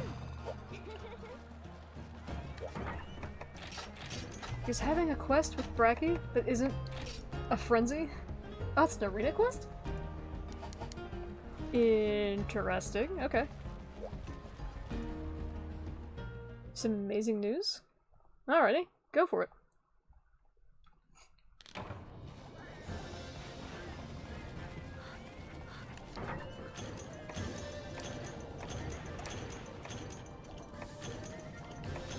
Veteran, Palms, Farcaster. Let's see how good my Insect Glaive versus Bracky is. Hey, buddy.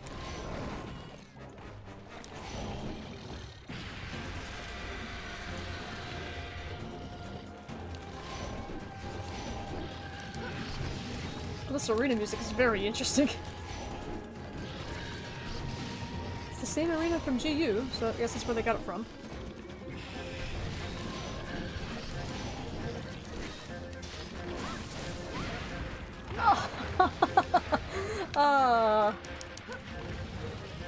Exploded right as I got the mount cue. God damn it.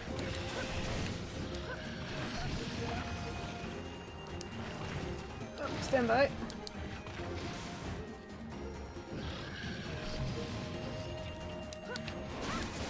I should be able to instigate a second one, but... The director is a mega fan of Shusuke Kaneko. Okay. He's expressed vocal interest in making a project alongside him. Okay. Huh. Well, that's good. Having people who want to work on a project like that is huge. God.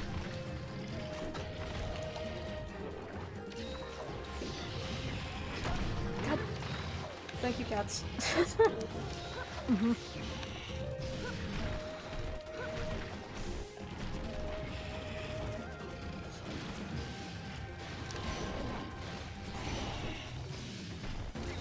Oh, you're right on the slime.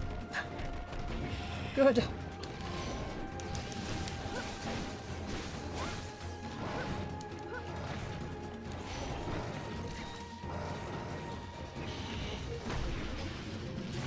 I still don't understand why Bracky has warthog noises in World. He literally snorts like a pig. I don't understand. I don't recall hearing it in the older gens. Like, there's that guttural, like, growl thing he just did, but it's not a frickin' snort. Welcome back. With the success of Godzilla -1, Yamazaki's proved himself to be a great pick for the direction of Kaiju. Yeah, fair. You got some cake, Suzukuro. Heck yeah. What kind of cake do you got? Clearly good cake. Sword and Shield win. Oh, frick! I forgot. What, did he redeem it again? He redeemed it while I was doing Gold Rapid and I completely forgot. Alright. Well, I guess we gotta do a quest for that.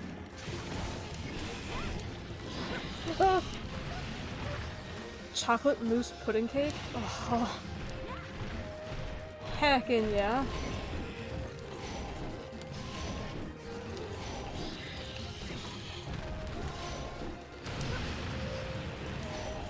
I guess literally just a Japanese word for genre? Okay.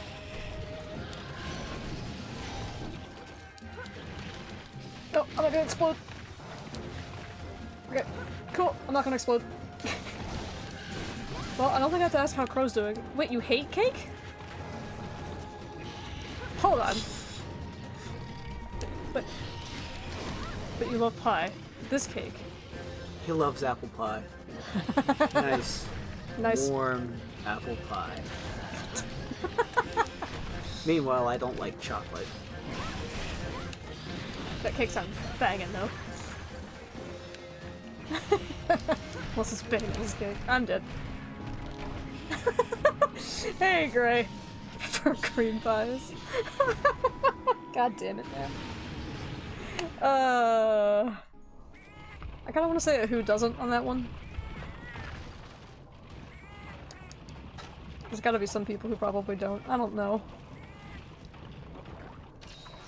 So wait a minute, Crow, you don't like cake. Why do you not like cake? What would it be? Cream pies are fine as long as you don't double bake it?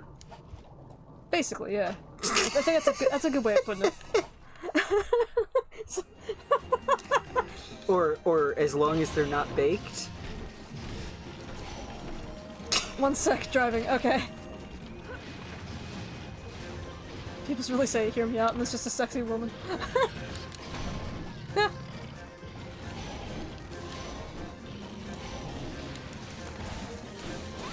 Oh, frick.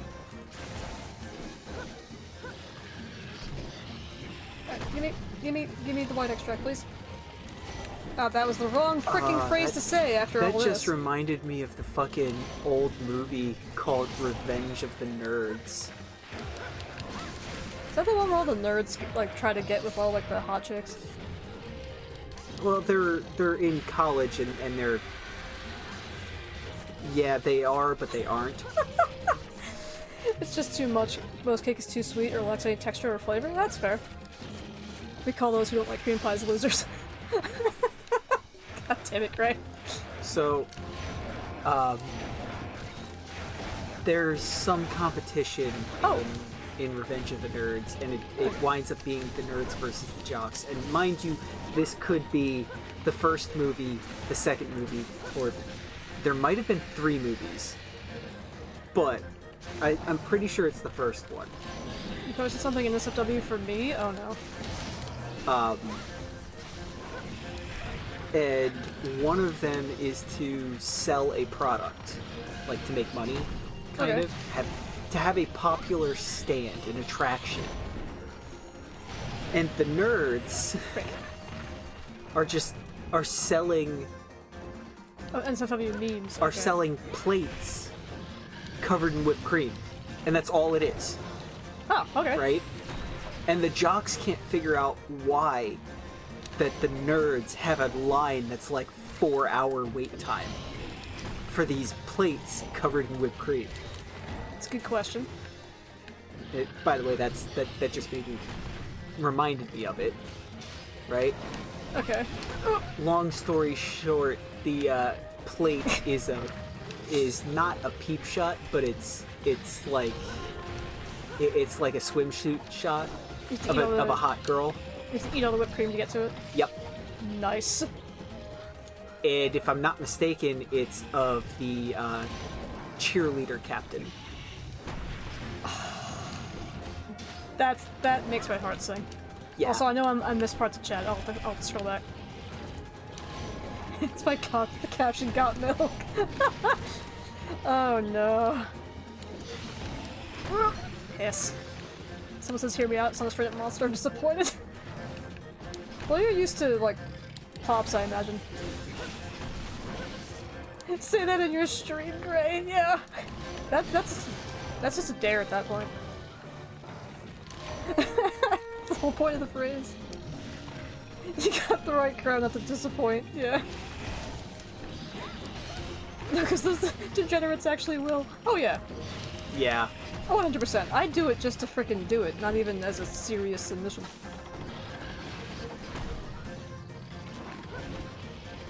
there's so much NSFW crap about this game in particular.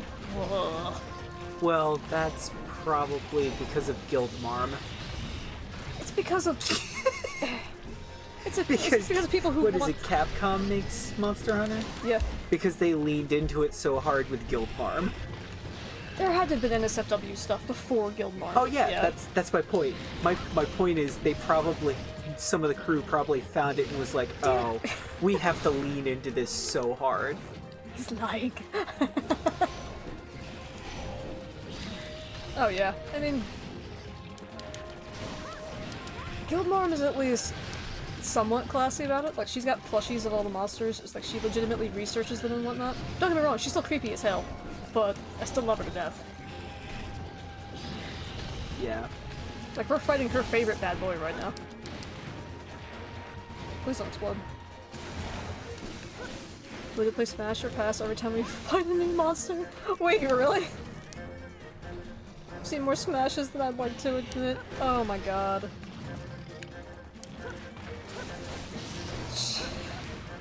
Well, I'm sure you've gotten Smashes on Brachydios before, if you've gotten a fight with him before.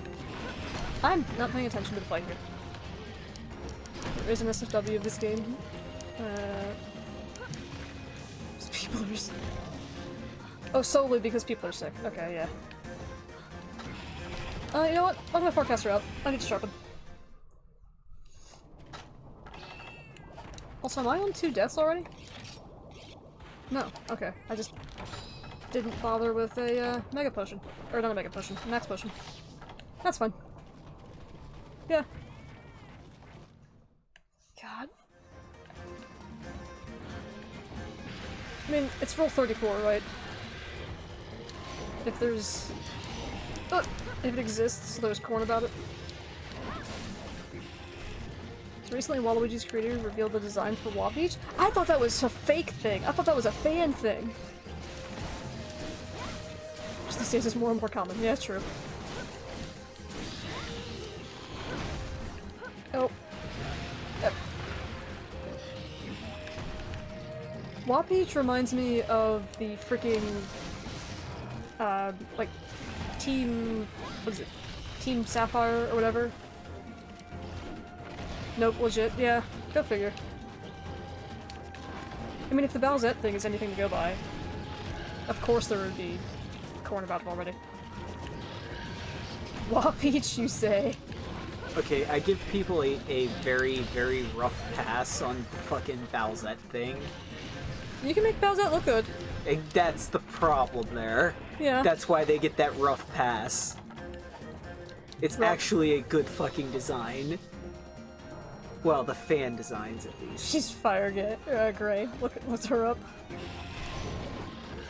Some monsters are purposely designed to make you feel good though. Sure. Gray over here. Bowsette is hot. Yeah, the fan one, yeah. The fan Bowsettes, yeah. I don't know if there's an there's only official fan one. Bowsette, there's no official one. Because Nintendo essentially was like, Bowsette does not exist, stop it! And of course, naturally, the meme lords of the internet went, no, and continued to make Bowsette stuff, shall we say. You mean continue to stuff Bowsette? Yes. It's a better way. 10 out of 10 would impregnate. Isn't she technically a monster girl? By the way? I guess technically. Technically? Bowsette doesn't exist? I wish it were real! Yeah, I'm just a figment of all of your imaginations. I'm pretty sure that we killed Braggy while discussing Bowsette. She's technically a man. Technically, she's got all the bits, so technically that would make her trans. Technically. Unless she's, a hermaphrodite, but... Shut your mouth! No. Actually, wait, isn't it an item that flips the gender?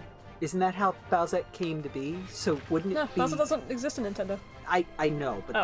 there's some fucking lore about how she exists. Oh, I don't frickin' know. World would be pretty dope if women were real, alas they are not. I'm just a literal fox that learned how to talk. Yeah, there we go, with a crown that made her gender switch. Oh, okay. Which implies that she has all biological running gear incapability to reproduce as a woman. Which... Or as a man. No. Oh. Only as a man if you take it off. Take off the crown. It's a power that makes Toadette into Peach Egg? What? Okay, that's pretty wild. But got it. So Bowsette has all the bits. That's what I've learned from this conversation. I guess technically. Technically. And I'm still gonna say she's technically a monster. Would technically make them not transgender, but a real woman? Technically. Well, it depends. Would she it would be, still have it would have to be like, a completely different term. Yeah, it would. Peach Bowser. So turn Bowser into Peach. Oh no. Prince Bowser. A hole is a hole. Yeah, but we're not talking about the hole. We're talking about everything beyond that. True. Because it's not gender swapper, it's a royalification. Nice. God damn it, you guys. I need to sell some items. I just realized. And since I have to fulfill Duo's, Sword and Shield, we have to go over to the hub. Duo over here. The real question is Bowsette better with blonde hair or red hair? Red. Neither. Bald. Okay, I think I have all the quests done that I have unlocked. I'll do the research next time you visit. Wait, there's something in the Everwood? Wait, hold on. Alright, Gilbon, what did you say? Nope. Nope. Say it again, please. This letter? Yeah? Got some new info about the Everwood. Some guild agents out in the field have reported the discovery of a brand new area. You'll probably be able to reach it next time you visit. Alright, well we'll swap over to Sword and Shield and we'll explore the Everwood, I guess. And then I guess I'll do hub stuff offline. What are we at? 9. 9 o'clock? Okay, we can do it. Funky freaking Feline has another quest for us. Hang on, we might not be doing the Everwood. Don't bite your tongue. No promises. Oh, Christ. Get out of my frickin' item chest, boy. I mean, you can go later. It's just, I'll go downstairs and get some paste and chips. Yeah. Crap. Funky Feline left. Is he back here again? Yeah, okay. I don't know. I probably shouldn't stay up super late over and over and over again like I have been. Don't look at me. I know, it's not you. I keep trying to wake your ass up with the sun. True. Oh yeah, the way you took care of that Brachydios really got my heart. Why do I always pronounce it differently every single time I say Brachydios? You notice that? I just can't determine what the pronunciation is, so I just go with tuned it out. Fair. Thanks to you, I got my mojo back. Yeah. Like tan girls and like redheads, but... Oh. But blonde Bowser? Me too! Blonde Bowser this peak? I don't know, I'm not usually a big fan of blondes, but... Blonde Bowsette is better than redhead Bowsette. Is she? Yeah. Okay, I'll have to take you guys' word for it. I mean, it's fan art. Yeah, so, of course. Yeah. It's literally what that one person I talked to looks like. Tan and redhead. Let's see, my soul is burning with inspiration. You did me a solid, baby. It still feels like I'm missing something. I just can't put my paw on it at the moment. Well, you know when it comes to me. Okay, me well. Stay groovy. Oh, okay. Well, I guess we are going to the Everwood. Bowsette though, god damn. No, I can't do the Buetta. Buette. Oh, Buette. I haven't seen Buette. We talking the green ghost from Paper Mario, or a different creature? Buette sounds like the ghost from Mario. Hang on a minute. Alright, Gray. You got me to look something up mid-frickin' broadcast here. Not Booster! Don't freaking autocorrect me, I know what I typed.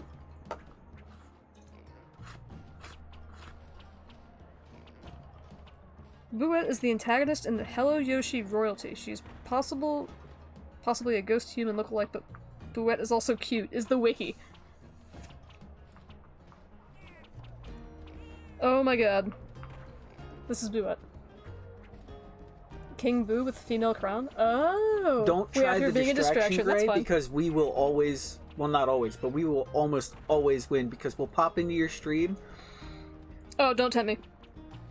And we'll bring up an item, and you'll probably go look for it, and be disgusted and amused. I swear I've brought it up in his stream before. Maybe. That's the wrong weapon. There we go.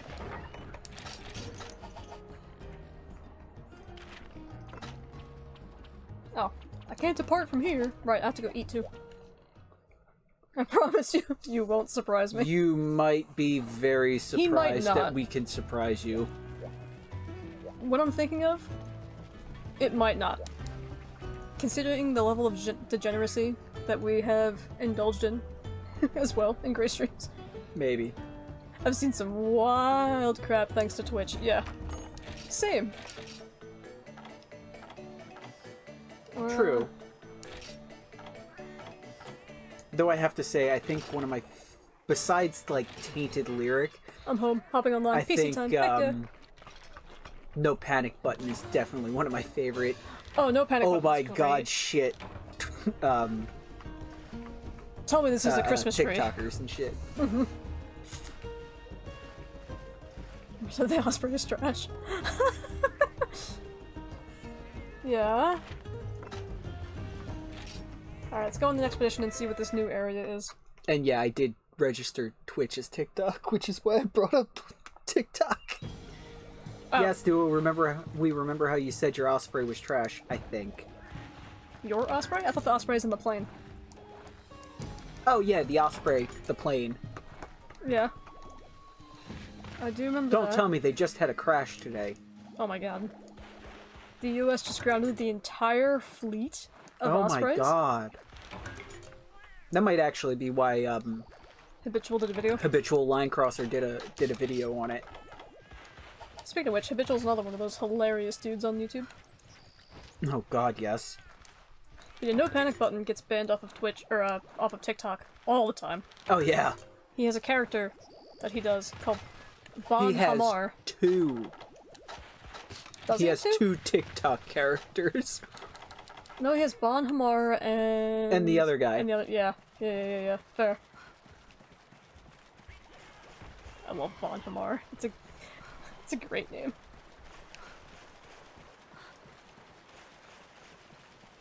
Eight SF operators dead in a crash last week? Oh. Well, that'll do it.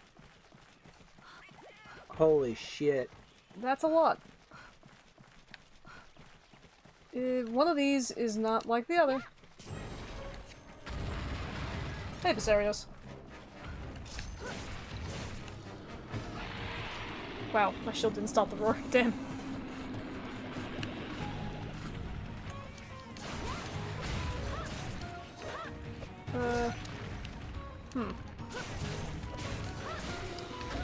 As long as I keep blue sharpness, I should be fine. Where? I'm hitting a rock. Well, yes, I'm hitting multiple rocks.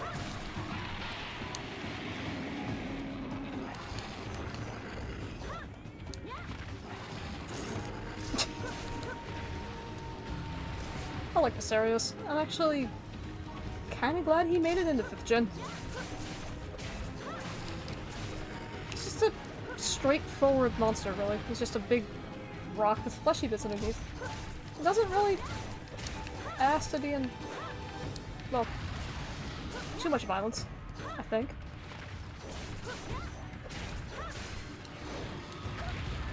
Japan has already grounded all 14 of theirs. Damn. Huh, well, we're gonna either Habitual's video was the reference, or we're gonna have another one. Yeah, or he'll have another one. He brings the character in, and immediately it gets grounded. Well, they're either going to be decommissioned, or they're going to be improved. Quote-unquote improved. Yeah. to Ditch make the them platform. stable. Is that even like a thing that can happen? Yeah. It can be a thing, but it can be bad. Like, tying in the wing rotation control to be computerized and having fail-safes where when the computer senses that it is below a certain distance off the ground, say, I don't know, 10 yards, it automatically keeps the wings a minimum rotated up so that the helicopter propellers cannot dig into the ground. So it's like 2 feet off the ground for safety reasons. That would be interesting. Okay, so he retreated. Psarios without Gravios, Uruktor without Ignactor, and Zemite without Zamtrios is one reason why he felt 5th gem is lackluster. Yeah, that was a weird call. Especially Ignactor and Gravios, in my opinion. 20 deaths in the last 20 months, Jesus. Like, even with Tetsukabra, like, we had the reference, but no... That makes me wonder fucking how many deaths the platform has, period, or if this is just quote-unquote a new thing for the actual, like, deaths and crashes. Well, that's a question. There was a crash last year also. Oh, Asarios is dead. But yeah, that is at the moment a very unacceptable level, considering how few of them are in the sky. Yeah, true. The platform is trash.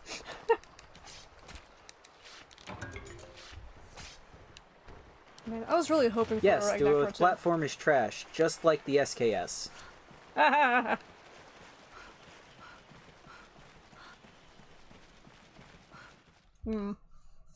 don't know much about it. Exactly. It's a cool theory. True. Like, the idea is not necessarily a solid idea, but it is a reasonable idea.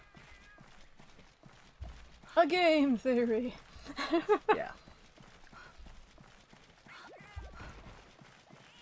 Over 400? Well, then one crash a year, it doesn't sound terrible, but I don't have any perspective No, for it. one crash a year is still bad. Is it? Yeah. It's like if it's like, oh, this one has 400, but this other plane has like, I don't know, 10,000, and they don't get any crashes, then yeah, that would be prospectively bad. Take, for instance, the F-15. We have a lot of those, I think, right? I don't think we have 400 of them, okay? I'm just going off of an idea here. It's had a couple of crashes, but that's like it. Gotcha. Like, Or like a one of them helicopter lost or an something. entire side of the plane and they still flew it the fuck home. Fair enough. Because it has a higher thrust to weight. It basically has the more thrust than it does weight, which basically kind of makes it a rocket and a plane. So it doesn't exactly need the wings, but it needs the wings. I gotcha. Yeah. But like, the SR-71 had a couple of crashes. Oh, I love the SR-71 right there. Yeah, Mach 3.2-ish. I think it's like standard. Almost 500 F-15s? Okay. Yeah. I don't know. I just wow, shot at 10,000 as a right. number. The SR-71, I know of, I believe, 3 crashes from memory. And we don't have very many of those, or we didn't. At least one of them was under NASA. Now, test flight thing? The primary cause of SR-71 crashes, from my memory, right, is what's called wear cycles, because of the titanium, like, frame. It got all, not jacked up, but it got worn out and didn't seal or something. No, it got weak. Yeah. It. Learned it because of I don't know if their calculations were wrong for the service hours for when things needed to be replaced or whatnot, or reforged, but, like, they wound up having a couple of problems, and it just hurt the plane in its service life. It shortened its potential service life. I mean, besides the fact they were ungodly expensive to fucking run because of the amount of fuel they needed. They needed a special fucking fuel that you literally couldn't light on fire. Because they leaked fuel sitting on the ground. Yeah. B-17 is a fun one too. 125 F-15s have crashed in 50 years. Oh shit, that's like, oh, I don't know, 3 a year. Yeah, I was about to say, that seems like a lot.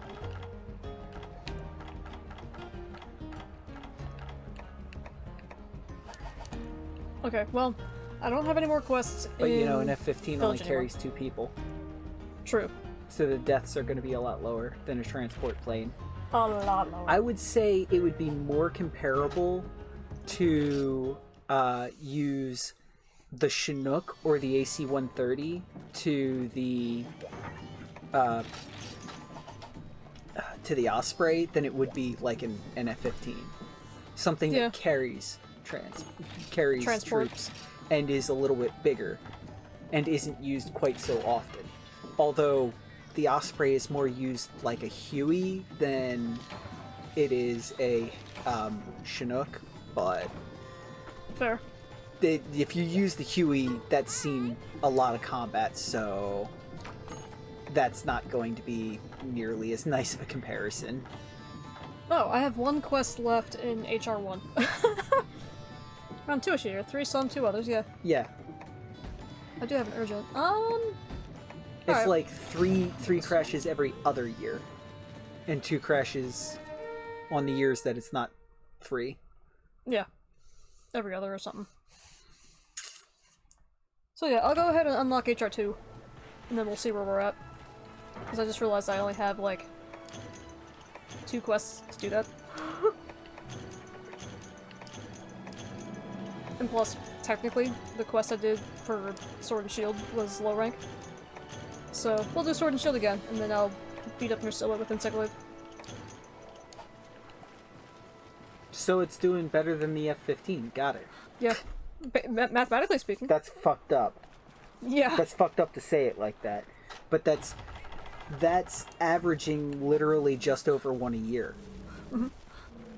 That's like 1.2 every year. 1.2, 1.3 every year. So yeah, it doing... Wait, hang on here. No, it's more like 1.5 a year, my bad. Oh, well, close. Domain expansion?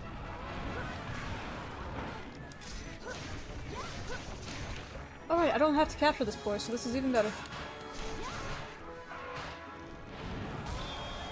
I know. I'm only using it because, one, I forgot to change the insect glaive when we moved over to the hub. And because Visario's fight was so short. So I don't have to be courteous to Duo, but whatever. Here I am. I mean, you live with him, so it tends to be nicer to be courteous to him here and shit in his pillow later. I heard part of that. I hope I heard it correctly. Maybe? I don't know what you heard, so... Frick. Well, yeah, which is why the F-15's a bad comparison. I mean, you're right, but just because you have those in the F-15 doesn't mean that that's what caused the crashes. True. We're not at... We looked at the rough idea of how many crashed, not why they crashed. That's another question, yeah. What are we running by again?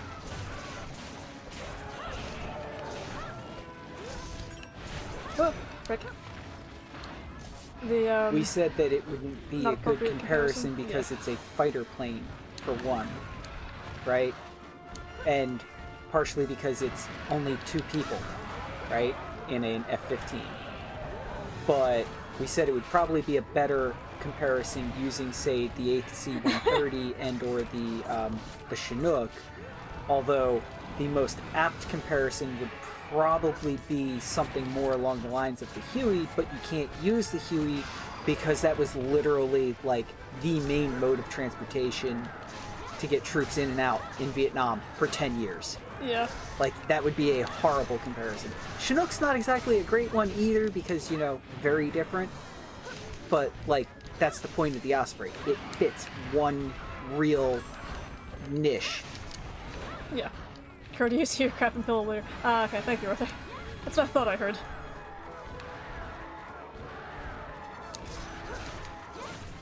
Damn it. Oh well. But yeah,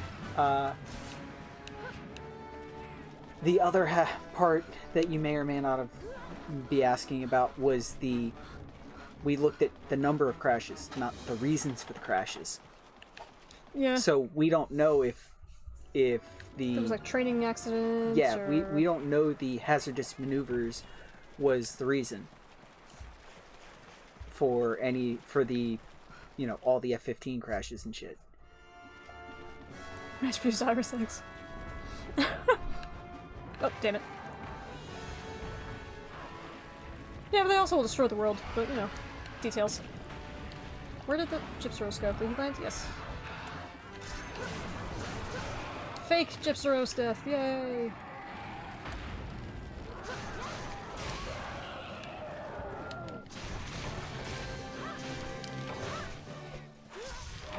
We need more monsters that fake their deaths. But, like, the quest music isn't playing, so you know it's not over yet. I don't know, I think it'd be hilarious if the monster fakes its own death and then it actually plays, like, the quest complete. Like, how much of a dick would that be? That would kind of be a little bit of a dick. And have it so that way it doesn't fake its death all the time.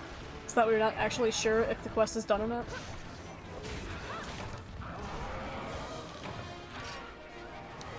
So like the music starts playing, you get like a carve or two, and then it just freaks out. And you take mega damage. I don't know. I'm sure there's a way to do it. Mean to them, or... Oh, if you're mean to them and they're a vengeful person. Ah, fair. If Gypsaros comes back, they should make the victory music play, but slightly off-key. Yeah, that would be fun, actually. Like, otherwise, like, unfortunately, Gypsaros' gimmick is then completely worthless. Like, he steals items. He was the first to do it, and then Camelios started doing it, and then they took it away from Camelios. So it's like... Okay, so he steals items and he fakes his death. Cool. Oh, and I forgot Malfestio. Malfestio also steals items. What about the little bastards that steal them? The The Malinxes? non-Prowler guys. Or the non-Palico guys. I don't think they do anymore. They did in World. Oh, you mean they took it out of World? Yeah. They would, like... The Shakalakas would really mess you up. Like, they would paralyze you and stuff, but they wouldn't take your stuff. I think. No, they used to steal your shit. If you didn't and if you beat them before they could get away, you got your crap back. Yeah. Now you're making me wonder if they did take it out of World. I did all the Shakalaka quests. I don't know... Could've sworn that's how that was. I don't remember. If you play it correctly, that's just mean. If you don't play it at all, it's just obvious. Yeah, exactly. So having like an in-between would be fun. So let's go to my house. Yeah, there are the Malinxes. But did they have the same Malinxes in World as they did in older games? Because they had different species of the felines in World. There we go. Or the There's an Shakalaka is the apt new one. comparison. To put it into actual relative perspective. Right the first time Malinxes with black hats with bandanas and they weren't in World? I honestly don't remember at this point.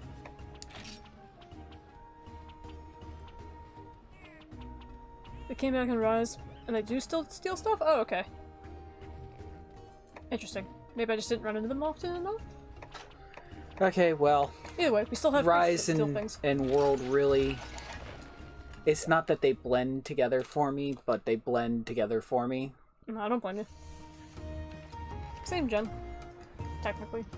Well, generations actually aren't something that Capcom has came up with. That's a fan thing. So saying GU is 4th gen is a... yeah. I mean, it makes sense, though. So yeah, we'll do Nursilla, and then I'll probably call it there then. Mostly because there's just a lot of low-rank quests left after that, and I can probably clear those pretty quick off-camera. I think they're both the same, but Rise is just slightly more charming. Yeah. I personally like Rise Break over Worldborn by a long shot, but that's just because I absolutely can't stand the Clutch Claw. I've heard there's a mod from, well, Warbeard I think said there was a mod that removes the Clutch Claw mechanic entirely and rebalances the game accordingly. Oh, wow. Which would be super cool, and that would be one of the ways I would want to stream World, I think.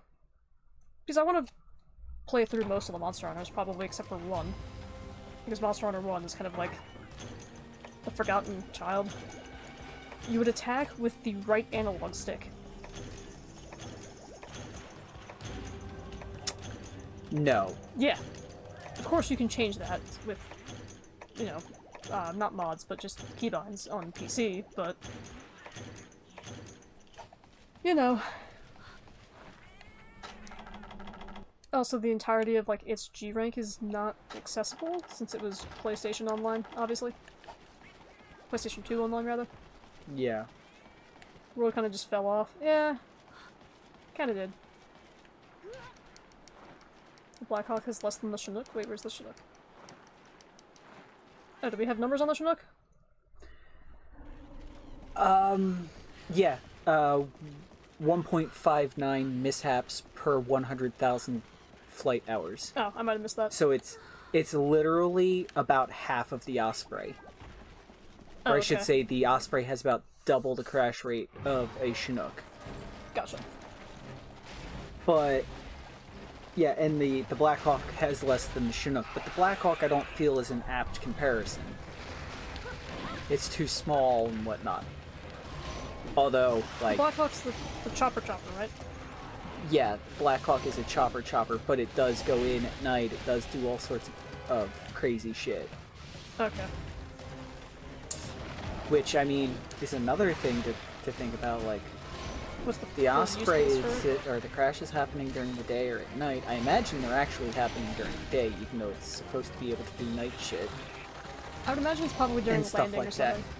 That. But that's just like, me assuming. It would also be interesting to cross-reference it against VTOL aircraft. Other VTOL aircraft. Are there other ones? Yeah, like the Harrier and the F-35. Oh, I forgot that. Vertical takeoff and landing. Yeah, I forgot about the F-35, but I remembered the Harrier. But the Harrier is a completely different machine too. Yeah. Well, the Harrier was the predecessor to the F-35, essentially. It's not, but it kind of is. Like, yeah. And then there's the competitors to the F-35 that were, you know, trying to get the government contract also. Oh, so there's a couple of F-35. There's at least one F-35 brother or sister, whatever the fuck you want to call it.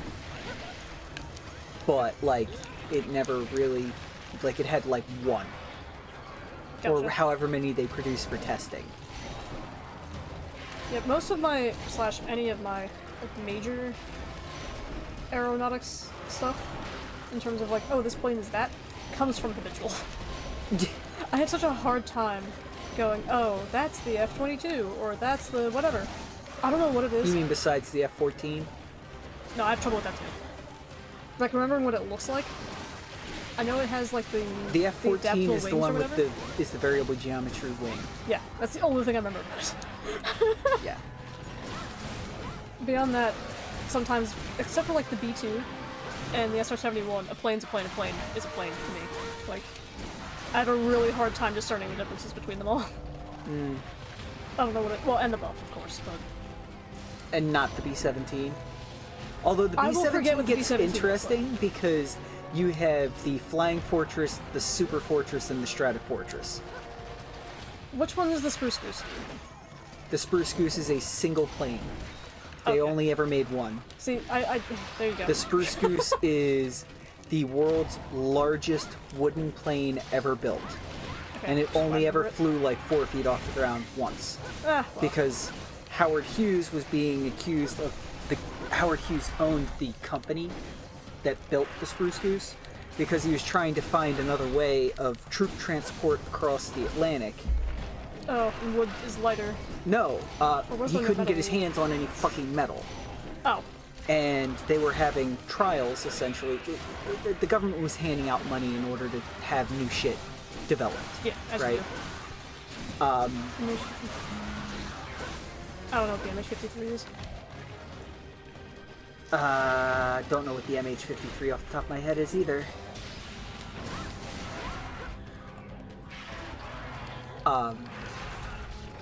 So, in order to be able to build something fast that was huge and reliable-ish, Ish. instead of getting ships sunk crossing the Atlantic, losing supplies, losing men, build a plane out of fucking wood. Build a flying Spanish galleon. Basically, yeah. Build something with enough range where it could make it all the way across, which was something new at the time. For, bomber, kinda. Where you could fly from, like, Virginia to, Great Britain. I'm bouncing And like a carry bullet. troop transport. Well, after it was never really brought to Pretty completion. chunky looking. Combat search and rescue. Okay. Chopper.